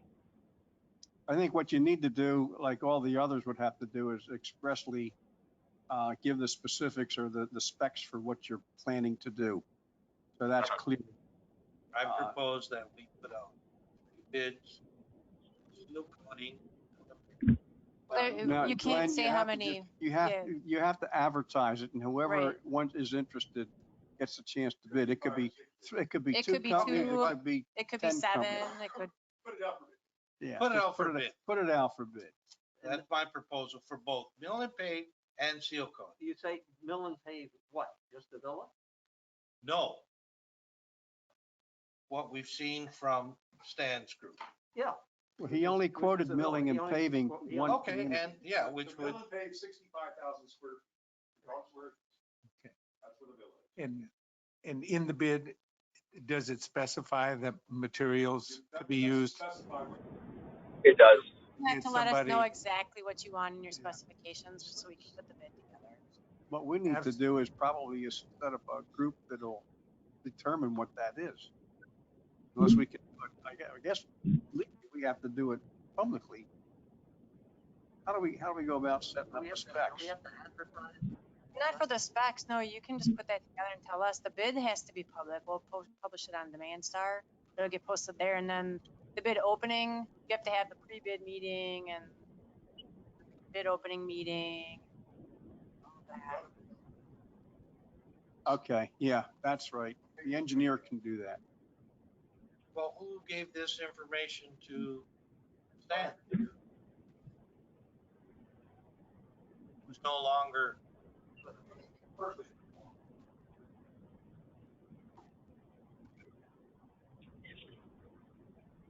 So the proposal is out of Make a proposal for everything. Right in the past. One for no coating, 65,000 square feet. One for seal coat, to be determined if I don't do it. I'll bring it back to you. That's the easy way. I assume we want to, Probably the only way. well, the other thing is, we have to decide, do we want to do it over time? This proposal has it done over 3 years, which means you get some escalation in it. By the time we pay Tetra Tech to do all this, will it end up costing more than if we just go with this bid? You don't have a lot of choice when you get to these kind of numbers. It's a lot. You don't have a choice. You gotta do it. Yeah, I think so. And we pay them a flat rate whether they do anything for us or nothing. Okay. That's not true. That's not That's not That's true. not true. You Bob. pay by the hour. We're- What's in we the pay, 15, what's in our 15%? That's for general services. That's general. This is specific to Pelican. This is specific to So Pelican. that comes out of your engineering budget. We pay for that. Yep. We pay for that. That's in the, that, It's not a general service. no. Well, who would we coordinate with here at Gateway on the proposal? That'd be me. You, That would Laura? be Laura. Yep. And we need somebody, well, then we need somebody from our group to do the follow-up and to really shepherd this thing through, which we've done on all the bids we've put out. My suggestion is, John, with your experience, that you would do that. But if you would want to do that? I can do that. Just coordinate anything with me. Okay. Thank you, John. Thank you, John. Appreciate it. So the elements we want in this bid are the things that Southern has put in their preliminary bid here for it. These 6 items, including line striping, I suppose. And do we want it done over a period of 3 years? Yes. 3 or 4, yeah. Yeah, I was gonna say 3 to 5. It's too expensive. Mhm. 3's good to start. 3 or 4, or 4. I'd go for a minimum of 4. I'd go 4. 4 to 4 years. 4 years. 4 years with rent. I don't know what you. Yeah, we look at it, if it looks lousy, we do it. My concern with doing it every 4 or 5 years is you're going to be never-ending seal coating. By the time the first one wears off at year 5, it's going to be time to do it again. Well, but is So that not? every year, is there that- would be no break in seal coating at all. Like we would seal coat something in Pelican Preserve every year, and that might disturb people. That would be the way to do it, just have a constant program running. We can budget for it. Yeah. That would help our It budget. would be my preference to do it over 3 years and then take 2 years off so that you guys wouldn't have constant work going on in there. If you lived in Chicago, you're used to constant roadworks. That's where I'm from. I get it. That's why I'm saying that. How long would each of these take to do, Stan? It depends. Our output's usually right around 40,000 square feet a day. Okay, so if we have 800,000 square feet. I think it's about 19 phases, I think I put in there, if I remember correctly. I don't have a problem with 5 years. No, I prefer that. Would it be 5 years would be your preference? Yeah. Okay, I mean, that's no problem. Mm-hmm. Run this out, once I know in Illinois, is there any legal length of time that we're limited to in making contracts? Not that I'm aware of. Okay. Yeah. We have one with Dr. Jennings that's going on 9 years. Most of them are like 3 years and then you revisit it. Yeah, because of pricing. Mm-hmm. Mm-hmm. They're probably okay. Okay. So, John, you will work on with Laura. Yes. Yeah. If you guys just put your specs together, and then if you want to send those to me, then you and I can work on putting it in the right format to get it published. Do we need to include Tetra Tech in this? They should write the status. Yeah, Especially if yeah. Yeah.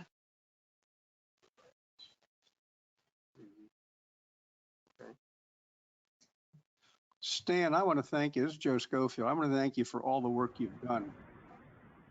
Obviously, Very welcome, Joe. My didn't pleasure. go where you wanted it to, but you've been very helpful, and I'm sure we all appreciate the time and just hanging on the phone with us here. Thank you Of very course. much. Let me just You are very welcome.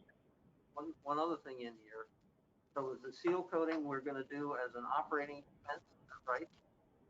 We're saying, No, I don't think we're at that point yet, are we?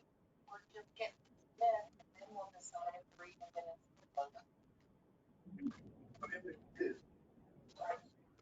Doesn't that,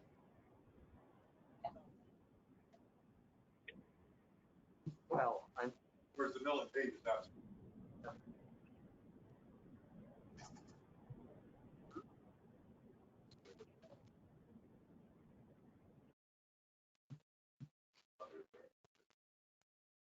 okay. Is- Who's at the Tetra Technology? Danny still there? I usually deal with Stephen. Stephen Agapi. I guess. Who is it? Stephen Agapi. Spell his last name. Agapi. AGA. API. So we don't need a proposal. No, we've got a motion on the floor that we haven't voted on. Okay. Glenn made the motion. At this point, for 5 years. Did we Put have? out for bids for mill and pave and seal coating for, the way I thought it was, okay. For a 5-year period, On a 5-year period. under the specs that will be decided by Tetra Tech. Tetra Tech. Okay. They'll have to do a task authorization for their fees to put this together. That you'll have to approve too. So I'm sorry. they'll have to put a task authorization in for what their fee will be to do this, Okay. which you'll need to approve. Mhm. The board book's already out. Okay. Mhm. Thank We you. need, Laura, do we need to have a motion for that task authorization? Not until you get it. Well, yeah, because then you're authorizing me to ask them to get a cost to put this together for you. So do we need a motion? Yeah. Because you're voting to spend the money, you just don't know how much it's gonna be yet. Okay. Well, I'll make a motion then that we authorize Laura to establish a task authorization with Tetra Tech for road improvements, road maintenance. Mhm. With the basic specifications that Teresa has jotted down. Is that right, Teresa? Yeah. Which are, can you Put out repeat? bids for mill and pave and seal coating for a 5-year period under the specs provided by Tetra Tech. What I wrote down. Okay. Mhm. Okay. Maybe 65,000. I will set, I put the motion, so I can. No, we'll Joe withdraw. put the- Joe made the Joe motion. moved I'll to second. the task Second. force authorization. Any further discussion? It's been a little painful, but it's important. It's a lot of money. Yes. And I think, it's worth the time we spend on it. I mean, this is, it's important stuff. I just think for procedure purposes, unless I've just forgotten. Yeah. I don't think we even voted on doing the seal coating yet, motion. And then we would need to vote on the task off. Let's wait till you get your proposals. Yeah, we're not voting on anything now. No, We're just, the first motion was to put out for bids. Yep. And we haven't voted on that yet. And the second motion was to get a task authorization. to allow Tetra to, No, I think we need the task authorization, and when we get that, then we can vote to go out on bids. We need to have the engineer give us the study, and then we need to vote to go out on bids. okay, so then are we going to withdraw our motion to put out for bids to mill and pave and seal coating?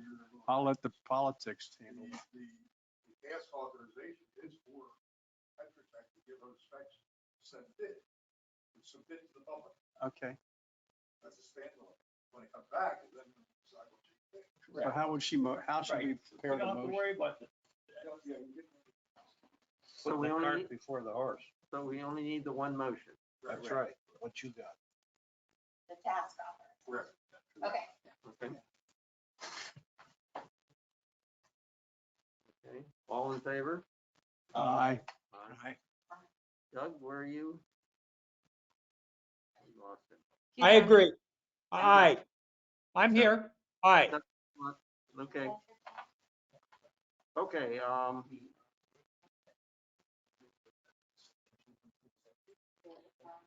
yeah, they are the consultant to the CDD. They're our district The- engineer. The district engineer.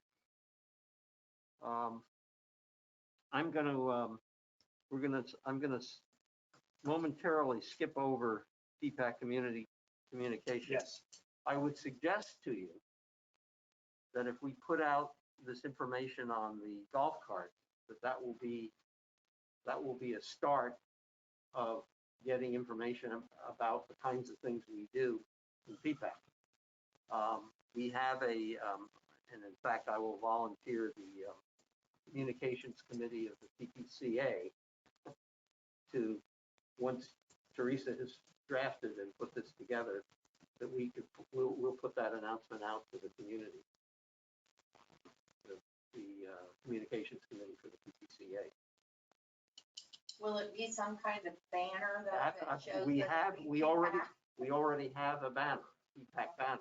Okay, Because when we put out the call for candidates for PPAC, when Randy joined, we put together a banner, so we. Very and that's the pretty re- banner. You have to see. I That's, usually ignore the banner, That's- John, but I know it's a. that's the sore re- subject around and here. that's exactly what I'm suggesting, that that'll give us a chance to get our banner out there and be seen. Okay, yeah, sure. Okay. And, and we will have another announcement going out when we do the roads, about something about how we're gonna approach the roads. Yeah. Okay. Okay? All right. Scott, you're up. Make it short. My head's spinning. Scott Charnock, property manager, Pelican Preserve. I can only make it as short as the number of questions I receive after my presentation. Oh, sure. Okay. Update on the boardwalk. I had a meeting with Joe Shackelford. He is the project manager for a marine contracting group who's doing the renovation of the boardwalk, or the rebuild, actually. The decking has been completed around the main platform area. The curbing begins this week, and the handrail will follow that construction. As far as the south side of the boardwalk, which is the area between the platform and coming out right behind the sales center next to bridge number 4, about 150 feet from completing the demo and the reframing. That will require some inspection before the decking is done. We are scheduled for another inspection either today or tomorrow to begin installing handrail, posts, and decking. On the north end of the boardwalk, just needs handrail boards and fascia boards. What that means is we have the pressure treated lumber as the top portion of the handrail, and then a fascia board of the fabricated material is screwed on top of it. That doesn't give you splinters when you're dragging your hand along the handrail. So that's why that is done. It's the same application that was done on the bridges.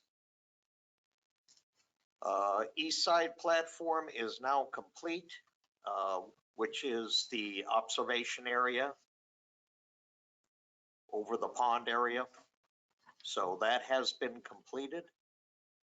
There's just cleanup to do both in the preserve and on the deck itself. The bench work still has to be done on that area. So the bench work, both in the main platform and the octagon platform, will be the last things done on both of those areas. As far as the timeline, now keep in mind this is timeline for end of construction. Once the construction ends, I have to have two entities approve the CO to reopen the boardwalk. That'll be the building inspector and that'll be Southwest Florida Water Management, because they're part of the permit process, because it is a preserve area controlled by the district. So we're still looking at construction late November, first part of December, but I'm still communicating to the owners sometime in December. It may be later than that, depending on how those inspections go. But I don't anticipate any real problems. We do have one outstanding item that's out there. Has to do with the bollards. That was brought to light during the permitting process and the initial engineering, and how the permit is written for that boardwalk to be used. So that could hold us up on opening that boardwalk, and that'll be an add-on where we would have to install, like we did on the bridges, a concrete section that connects to the boardwalk structure back to the asphalt. The only difference would be is we would have to put in bollards to stop traffic from going onto the boardwalk. So if you're not aware, the permit is written that the boardwalk is to be for pedestrian traffic only. This is a very touchy subject that's out there. So there's going to have to be a lot of discussion and then communication to our owners, whatever direction we take. But the permit's the permit, and I can only inform you that that's still out there. We've kicked that down the road, and now we're 6 weeks away. So we're going to really need to discuss this in detail in November. Has there been a change? No. The only, No. the issue here is, are we going to make the bollards permanent or removable? Well, and again, there's a way to do it that it'll cost a little bit more money, but it will look good, where you put a metal sleeve in the ground, you slide the bollard in, you lock it in place. Then when you're not going to use them, you pull them out, and there's a plate that covers the hole. That's what I'm saying. Yes. The question is, are the bollards temporary or are they permanent? You can make them either way. Yeah. You're going to have access for vehicles onto the boardwalk for maintenance. Okay. So they will ultimately, at least one side would have to be removable. But again, that will be up for discussion probably in November. Why are you discussing that? Because we don't have cost or what bollards are going to be. So in the bid, $1 million? No. They knew. No. They knew it was required. Yeah. Knew that was required. Why would they bid without putting it in? That was not part of the bid because it was not known at the time that the bid was put out. It was not there. Well, Well, has it been known forever that it was going to be pedestrian only? It's not. No. We would Well- we would have Yeah. but major this was- issues. Yeah. You're going to have a lot of problems if you ever have a golf cart fall through the, 23 years, we haven't had it yet. boy. What about For people- those of what you who about are people so that can't- worried about being sued, I can't believe you would I'm do not worried that about like being that. sued, but what about somebody in an electric car? That's the only way to get around. You tell them they now can't. When you bought your house, if you bought the WCI, they probably put you in the car, showed you that. Absolutely, they did. Everybody was of the assumption that this was gonna be available to you. Correct. So Yeah. why, no, we shouldn't be changing it now. I'm shocked. I was And not think aware of the this at dollars, if all. they're gonna go in and they're saying they have to be fine. So they ought to go in where the part of it come out. That should have been in the original bid. That should have Yeah, been- this was never talked about before. It was never talked, I was spoken not about before. It's never- And it's just like the bridges. That when we got into the bridges and construction wise, that the asphalt had to be removed. And we had to put concrete in there because of the design of that cart path. I have no problem with the concrete on that. Yeah. I do have a problem. It wasn't seen or foreseen that these folks should have been there. That's right. And that should have been there from day one. Yeah. Well, but I It wasn't. aware until But it 10 wa- minutes ago that but- this was permitted for pedestrians only. I agree. It's always been. It's been around. I agree too. It's been floating around for years, unfortunately. And and the challenge has always been, we've been kicking that can down the road. Right. And a decision now is going to have to be made. So, What is the decision? We're gonna put them in that they can be removed. Yeah. Yeah. That's Okay. not, that's just the way. it should That's be. that's Yeah. a decision, yeah. I don't think, I think we've got to go forward that, on Okay. that basis. Got to go forward on that basis. all right, Sounds like a change order. yes, You know, it's a change order. Okay, I have to sign it, Right. so. I think we should take a vote, Um, whether they should be removable or not, because I am a nay. I don't think they should be. If it's permitted for pedestrians only, then it should be pedestrians only. Oh, you are opening a can of worms. Well, so be it. Hasn't been that way in 20 years. That's a broad shoulder to take that. Oh, yeah. You go right ahead. Jump off that bridge. My shoulders are broad as can be. But don't you have to have it removable for maintenance? There's people- Only one side, Right. I don't have a problem with that. That's all. Well, I'd make a motion that we have them for every entrance. let's go the other way. Removable There's for only two every entrance, Joe? There's Yeah. only two. Well, for two entrances. What's on the table? So you made the motion, Joe? Yeah, I'll make a formal motion that we have removable ballots for each entrance to the boardwalk. No, I'm got a question regarding bicycles. Yeah, I was thinking the same thing.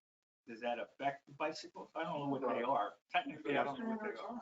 Yeah. That's everything. It affects Yeah. everything. It's pedestrian. Yeah. We're Golf what cart. we're used to. So you can only walk this. What, that's, Somebody in that's what the a car. existing language says. yes. We've never abided by. And so can we apply for a change to this permit? That's really, That's another mountain. oh Yeah. boy, and that's loaded. Better off. So for Because 20 if we apply for a change, we're gonna bring South Florida Water Management District in, and Nothing good happens. So how do we get in this fixed to begin with? because. This go because back years? It goes back to the Sun WC, City. it goes back to Yes. Sun City or WCI. 20 and years. they- Built And it they, for they bid. built, they, yeah, Pedestrian only, and they never, ever abided. by it. they never advised by it. Never.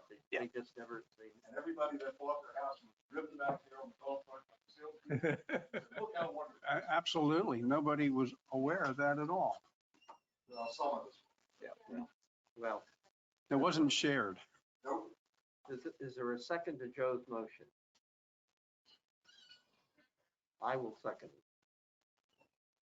So we have a motion on the floor that removable bollards be provided at both entrances to the boardwalk. Any further discussion? How can they be removed by a pedestrian or somebody that's taking their golf cart?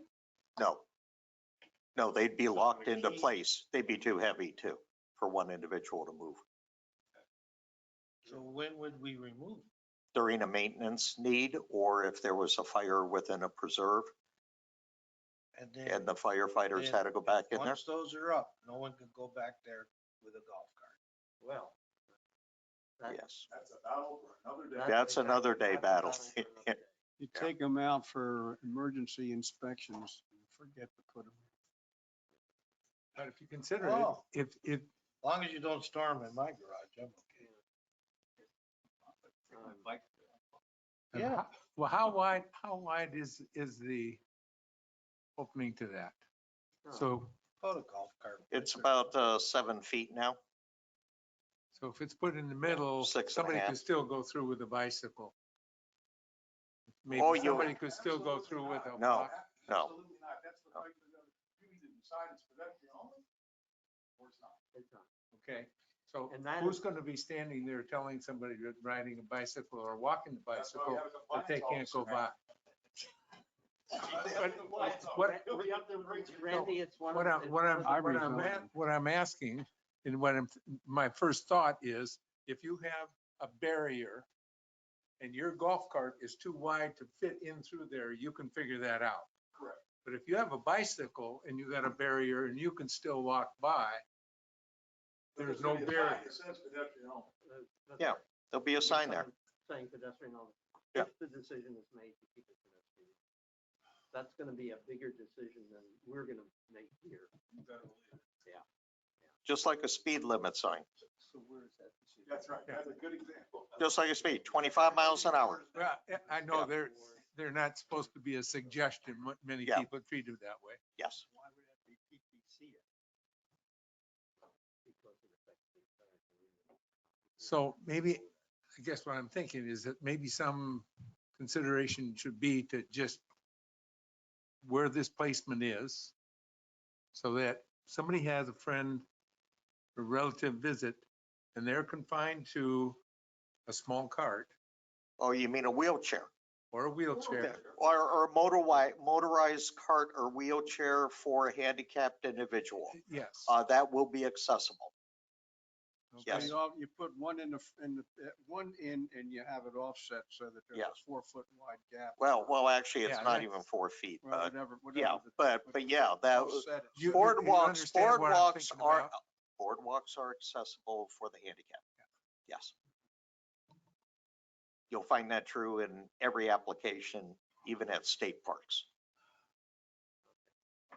Further discussion on this motion? If not, I'm gonna take individual head count on Joe's motion, which we will repeat, is to have removable bollards at both ends of the boardwalk.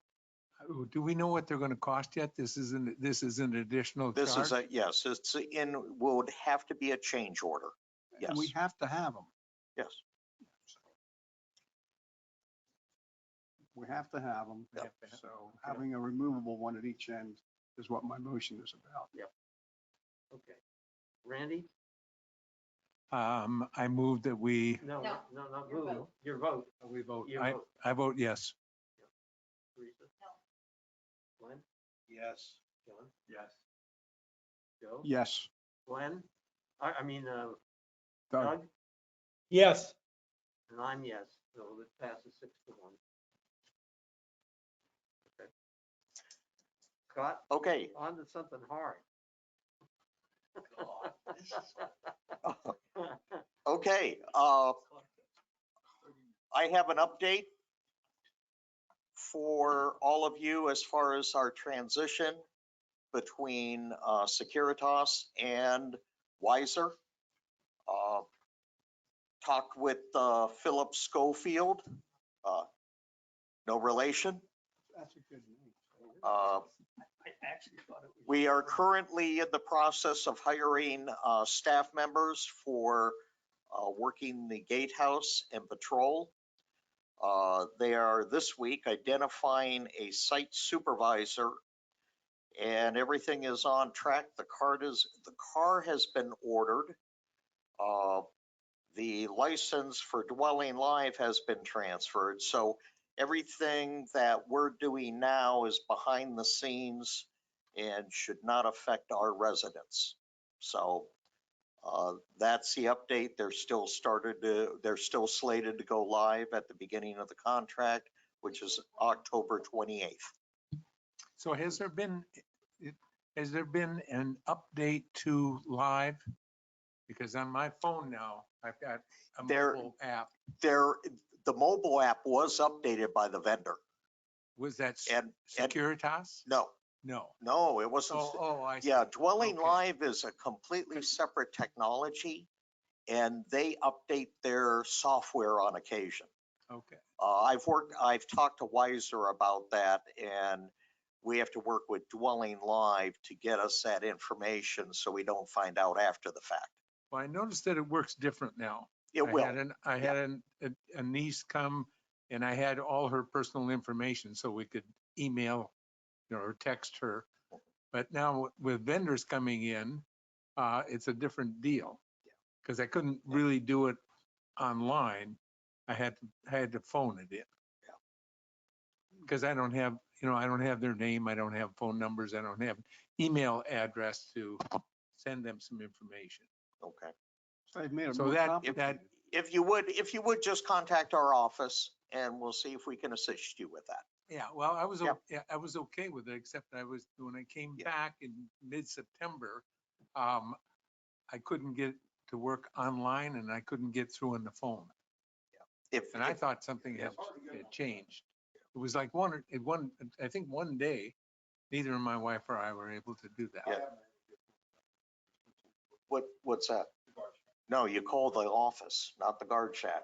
Dwelling Live is, when you have problems with Dwelling Live, you have to go to the management office. Yes. Yeah. Yeah, you don't call because they, I'm running into a few little glitches with them as they wind down their work here. So, Scott, Yes. one other thing, the proposed letter from Weiser. that was the next part. I got a lot of feedback on that letter. I would just like to hear back, what is the final direction? Are you okay with the letter? Let me This ask you is just communication that goes out. Now, are they gonna mail it to everybody? No, it's going to be emailed. Email. Yes, Everybody. yes. It seems to me that, it's important. One of the important aspects of Weiser is how they treat their employees, and they're very proud of how well they treat their employees. So I think we have to have that kind of a flavor in this letter, but I don't think we need all the details. I agree. We can just say that they have very, very good employee benefits, kind of thing, without listing all the employee benefits. If you're in agreement to do that, I can modify this letter because it is a Word document. Yeah. And then get it out to the owners. And I think that's what we want to do. Okay. Yeah. But we want to leave the part about employees in there. This is one of the reasons Weiser emphasized this in their bid. And it's important that, and I'm told that they do a very good job with that. So hopefully that will make the employees respond better to what needs to be done. And is this all going through our safety and security work group? They're handling all these documents in all the meetings, so. No, That still has not been done as was brought up in the past meetings. That was still being handled by PPAC. this particular letter, That's part of you. this part letter, now let's get to, we need to get to something else, which is post orders. And we need people to work on the post orders. I think we need somebody from the Safety and Security Work Group on that. But I would also suggest that we probably need a member of this group looking at post orders. That's how it was done in the past. Right. Yes. We don't have anybody from this group. I think, Phil, maybe you might be filling that position that's directly working on a regular basis with that safety security Oh, group yeah, anymore, do we? well, we have a chairperson, Yeah, Dean Groves, and, he's working directly with me and with Scott all the time. I think Okay. we have a good candidate for that liaison member. Randy. And I was going to suggest, Randy, Yeah? Yeah, that's good. Do you want to, Well, I'm certainly open to, get engaged. okay. I know you all, You've been volunteering. You don't have to know. It's a military volunteer. Yeah, name, rank, and serial number, friend. And you know, the honeymoon's over, honey. yeah, as long as I have So, some help with direction. yeah, so you, somebody selected from the safety and security work group, as well as Scott and Chris. And who else did we do the last time when we did this? Because I know it was Ron DePonte and, I think this past time it was Dean. Christine, Yeah. There you go. We'll see. We'll talk to Dean and see who we're gonna answer that group. But they will work on, you'll work on post. New, fresh set of eyes will be good. Yeah.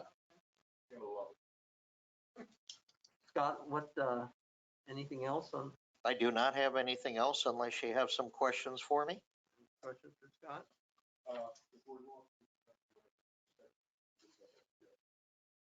I don't know when it was scheduled this week.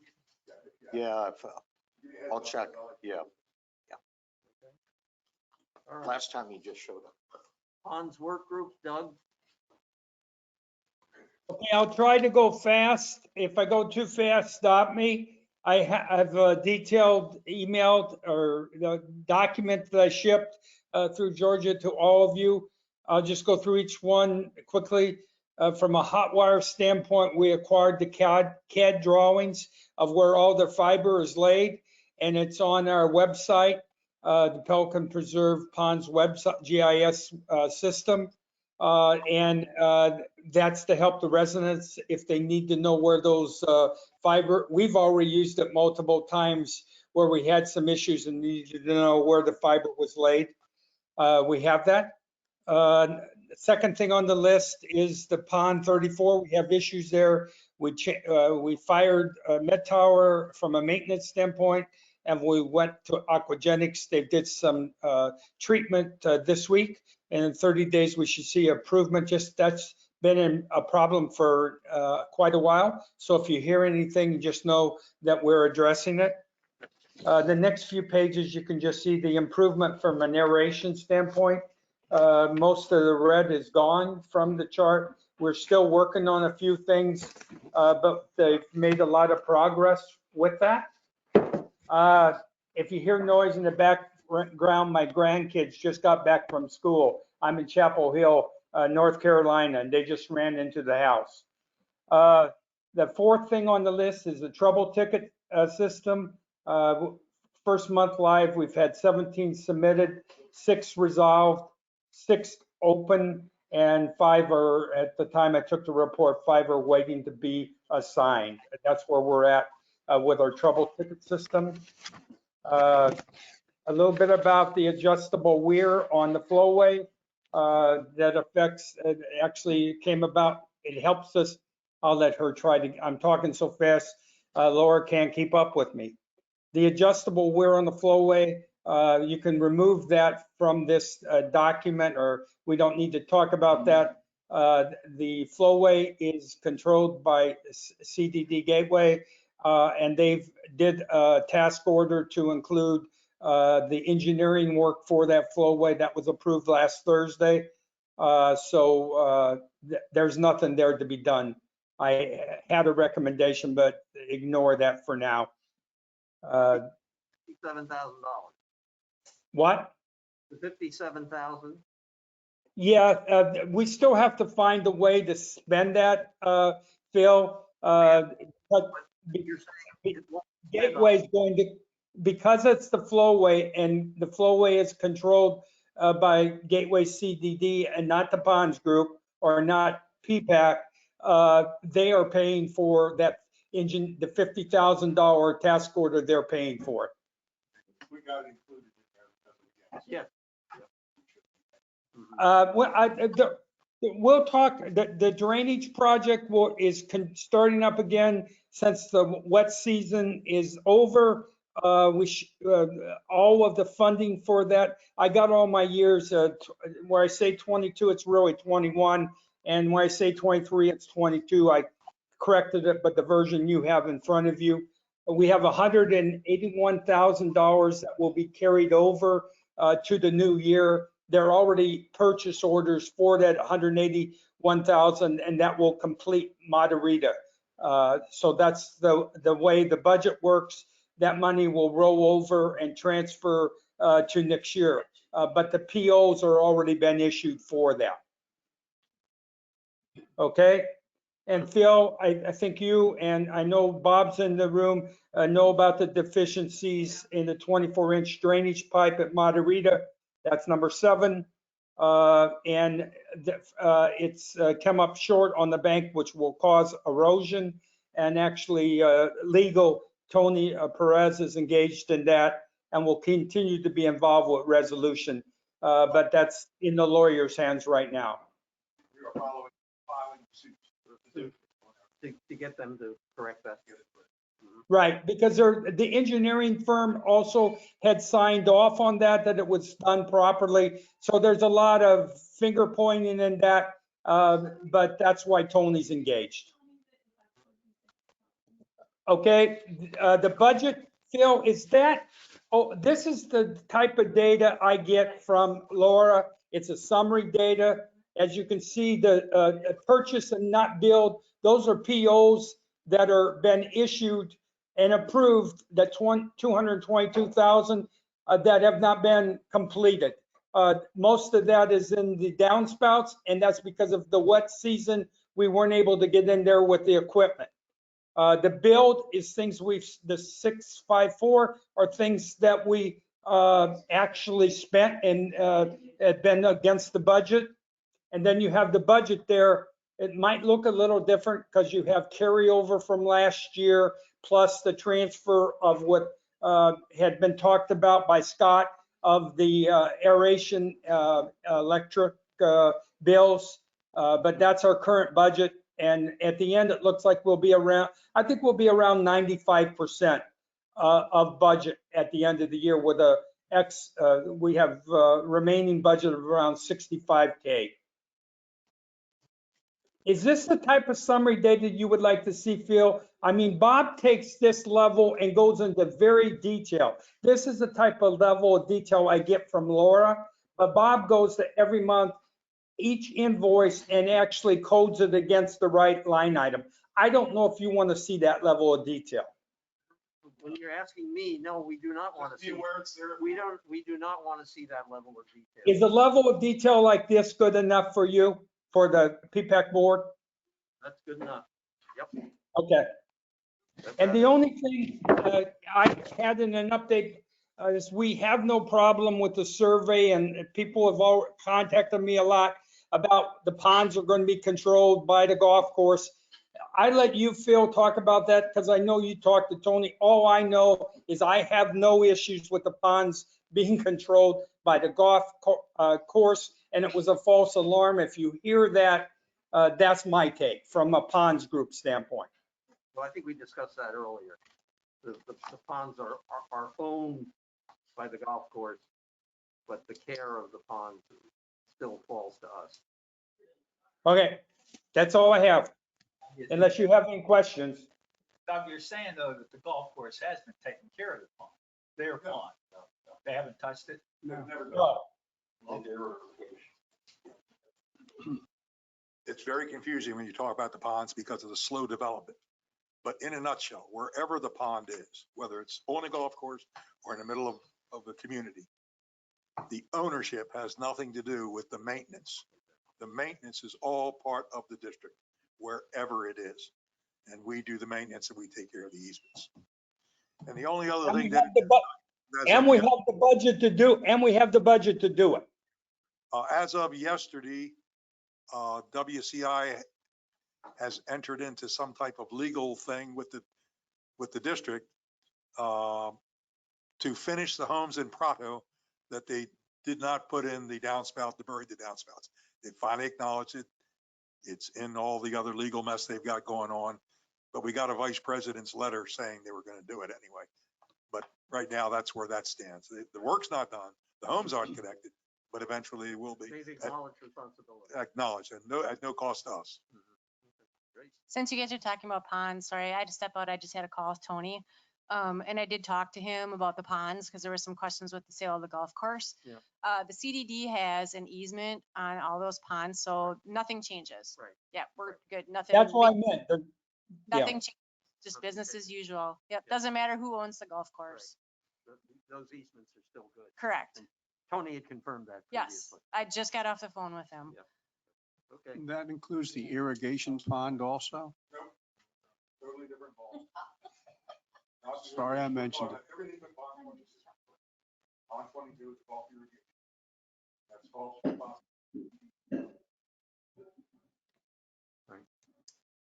Okay. Any other questions of Doug? Okay, safety and security work group, very quickly, focusing on what we can do to cut down on some of the speeding in the community. We're trying to work with the city on that, if there's anything more they can do for us. We're working through Carol Brocky on that. We're also looking at the functions that are done by Castle that could be helped by the safety and security work group, and the safety and security work group could get into. And that list of functions is being looked at right now. So that's basically the heavy stuff on safety and security work group. Any questions? Okay, landscape work group. I gave everybody a report, and we've been struggling to get our feet on the ground. Scott's been a huge help to us, learning the whole process and who's got what and who's in control of what is somewhat confusing. But anyhow, we did get the 11 palm trees, actually 10 palm trees and one stump that were damaged from lightning, taken out before the end of the fiscal year. So it goes into last year's budget. Replacement of those trees will be done at a later date. We're not sure exactly what we want to do. The trees that are there can get to 70 feet tall in this area, maybe higher. They're lightning rods. And the people in the group have said maybe we can find a tree that's tall, but not quite as tall and less susceptible to lightning. So we're going to look at that. I've had two comments from residents. One was complaining about the way the shrubbery was left. And I looked at that and I contacted Scott because Ameriscape did a great job getting them out, but man, they just butchered the shrubs and left dead branches around and some that were half broken off. I actually threw some of the dead ones in the back so people couldn't see them. And someone else just asked about why we removed them. I said, because they were dead or dying. So we'll take care of fixing that as we go forward. The landscape work group's working with Scott and the CDD folks in getting a new or putting an RFQ together for bidding for a new landscaping contract. And I think the CDD had said we needed to do that. We were way past our 3-year period with Ameriscape. And of course, Ameriscape and anybody else who so desires will have a chance to bid on that. So we're making progress. Scott had mentioned that he wants to do a little bit more work on that. We're going to meet tomorrow, I believe it is, Scott, and we're going to separate some sections so that there's separate areas that get bid on. And I'm all in favor of that because I'm trying to figure out what we are responsible for and what other people are responsible for. That map you put in your full report. Yeah, and that's compliments. I believe that came from Ameriscape, didn't it, Scott, that map originally? Actually, we did the map. You did they marked it. Well, they just improved upon it. Oh, okay. Well, anyway, it was a cooperative effort, but that is very helpful. The folks that do the landscaping in Gateway presented a monthly report, which Bob Geppert had passed on to me. And we asked Ameriscape, and they have one, which they forwarded to me. But I have to say, I don't understand it yet.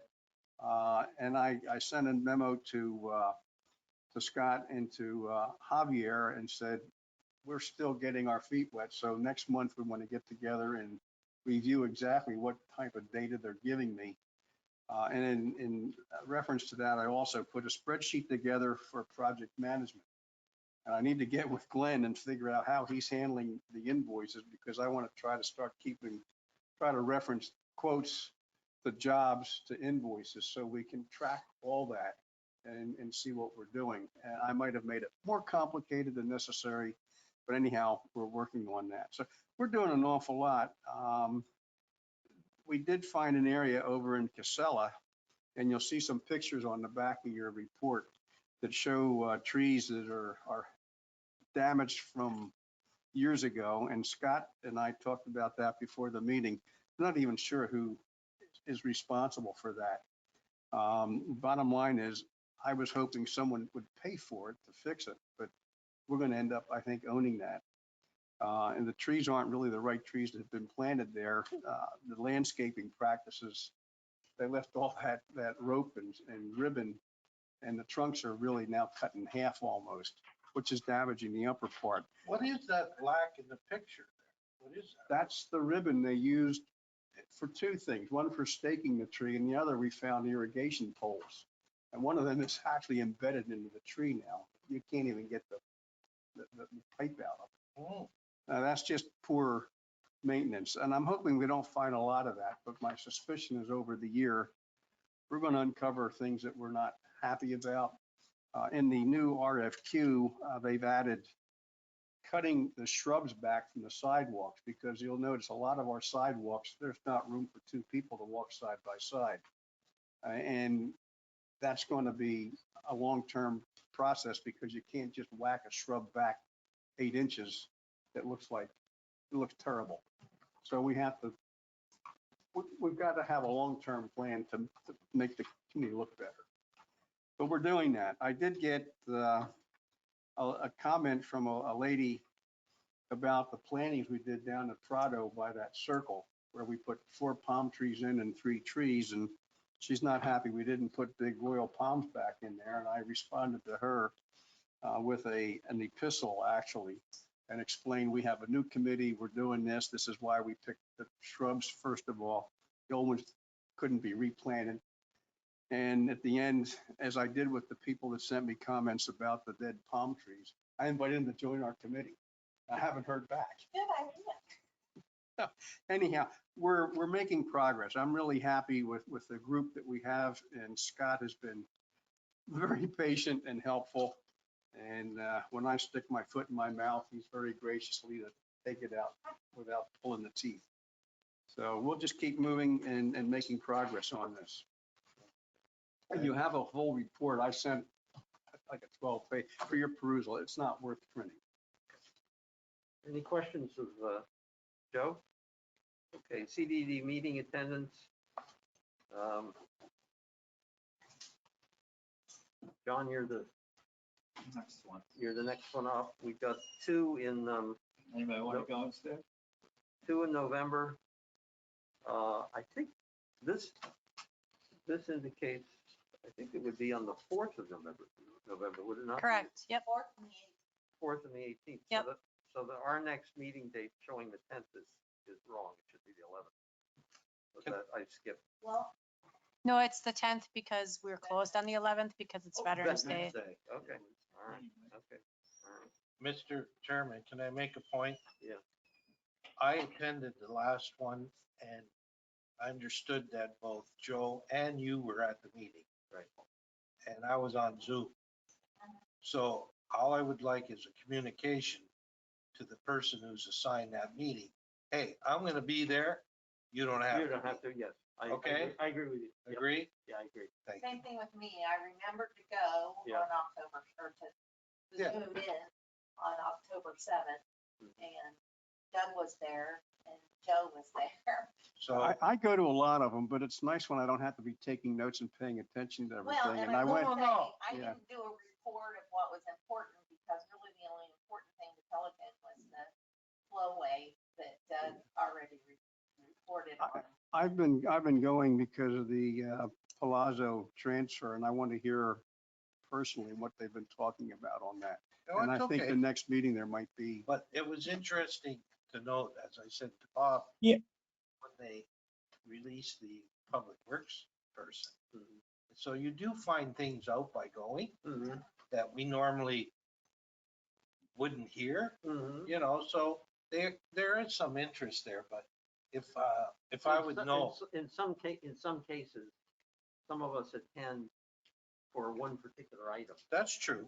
And so, but we'll keep you posted. If the other person here is attending for a specific item, I should see people go.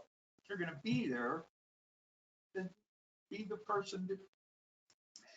Well, sometimes that John, I go- specific thing I- might be early in the meeting, and then you gotta hang around the whole meeting to hear the other thing.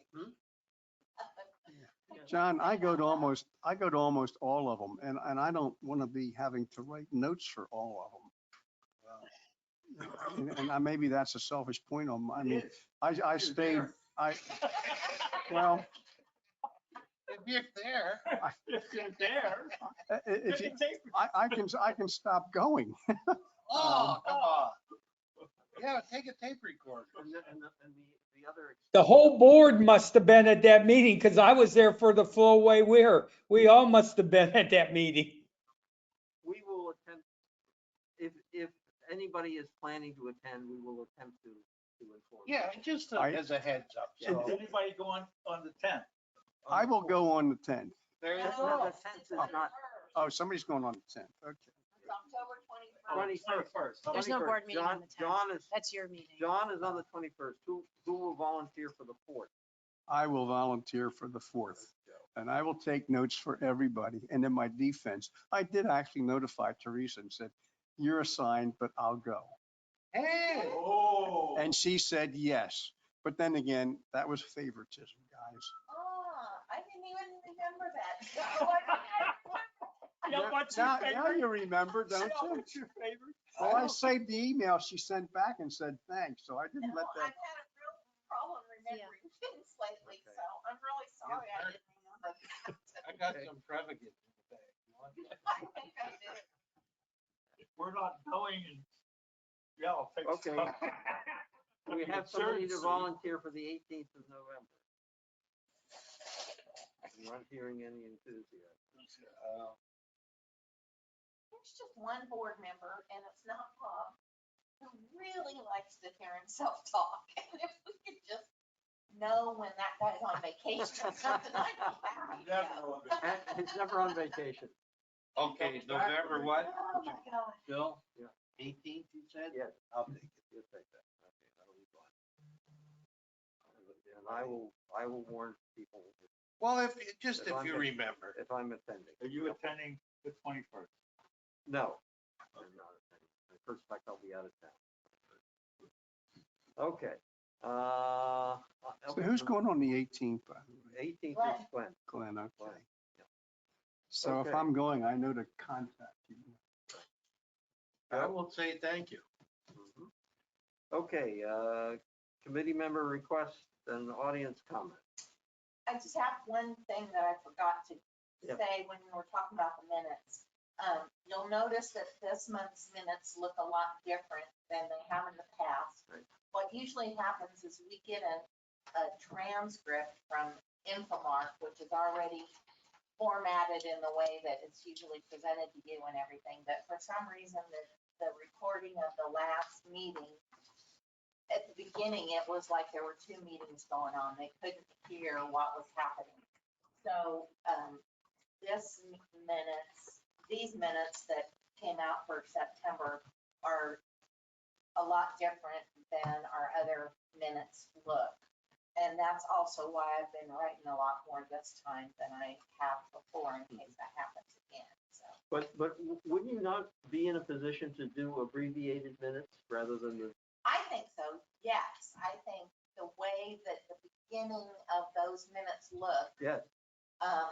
we could do for the whole meeting if that would be acceptable to everybody on the committee. Does anybody have any objection to that? I think if it's acceptable to the GSCDD board, apparently, that format, and if that's acceptable to them, I know I have no problem with it. If anybody else does. Actually, the contract with Infomark states that the Board of Supervisors gets the regular full Right. minutes. The committees are supposed to have summary minutes, which is Summary only any motions and votes. Right. That's it.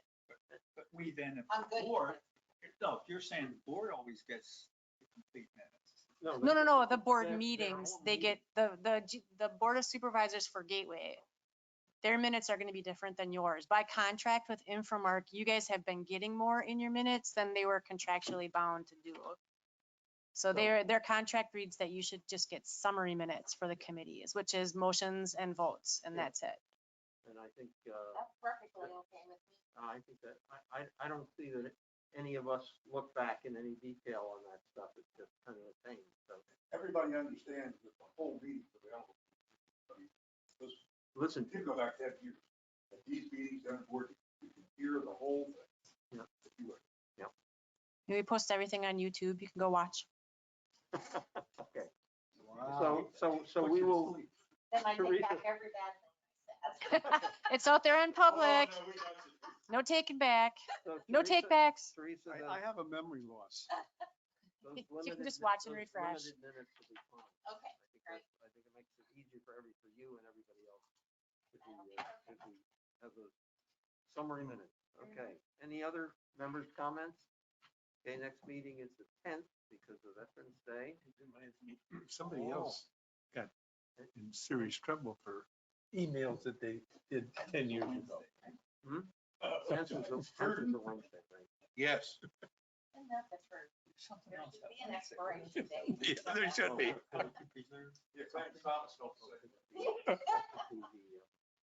Tunnel to Power. And Is it what's his name, Kavanaugh?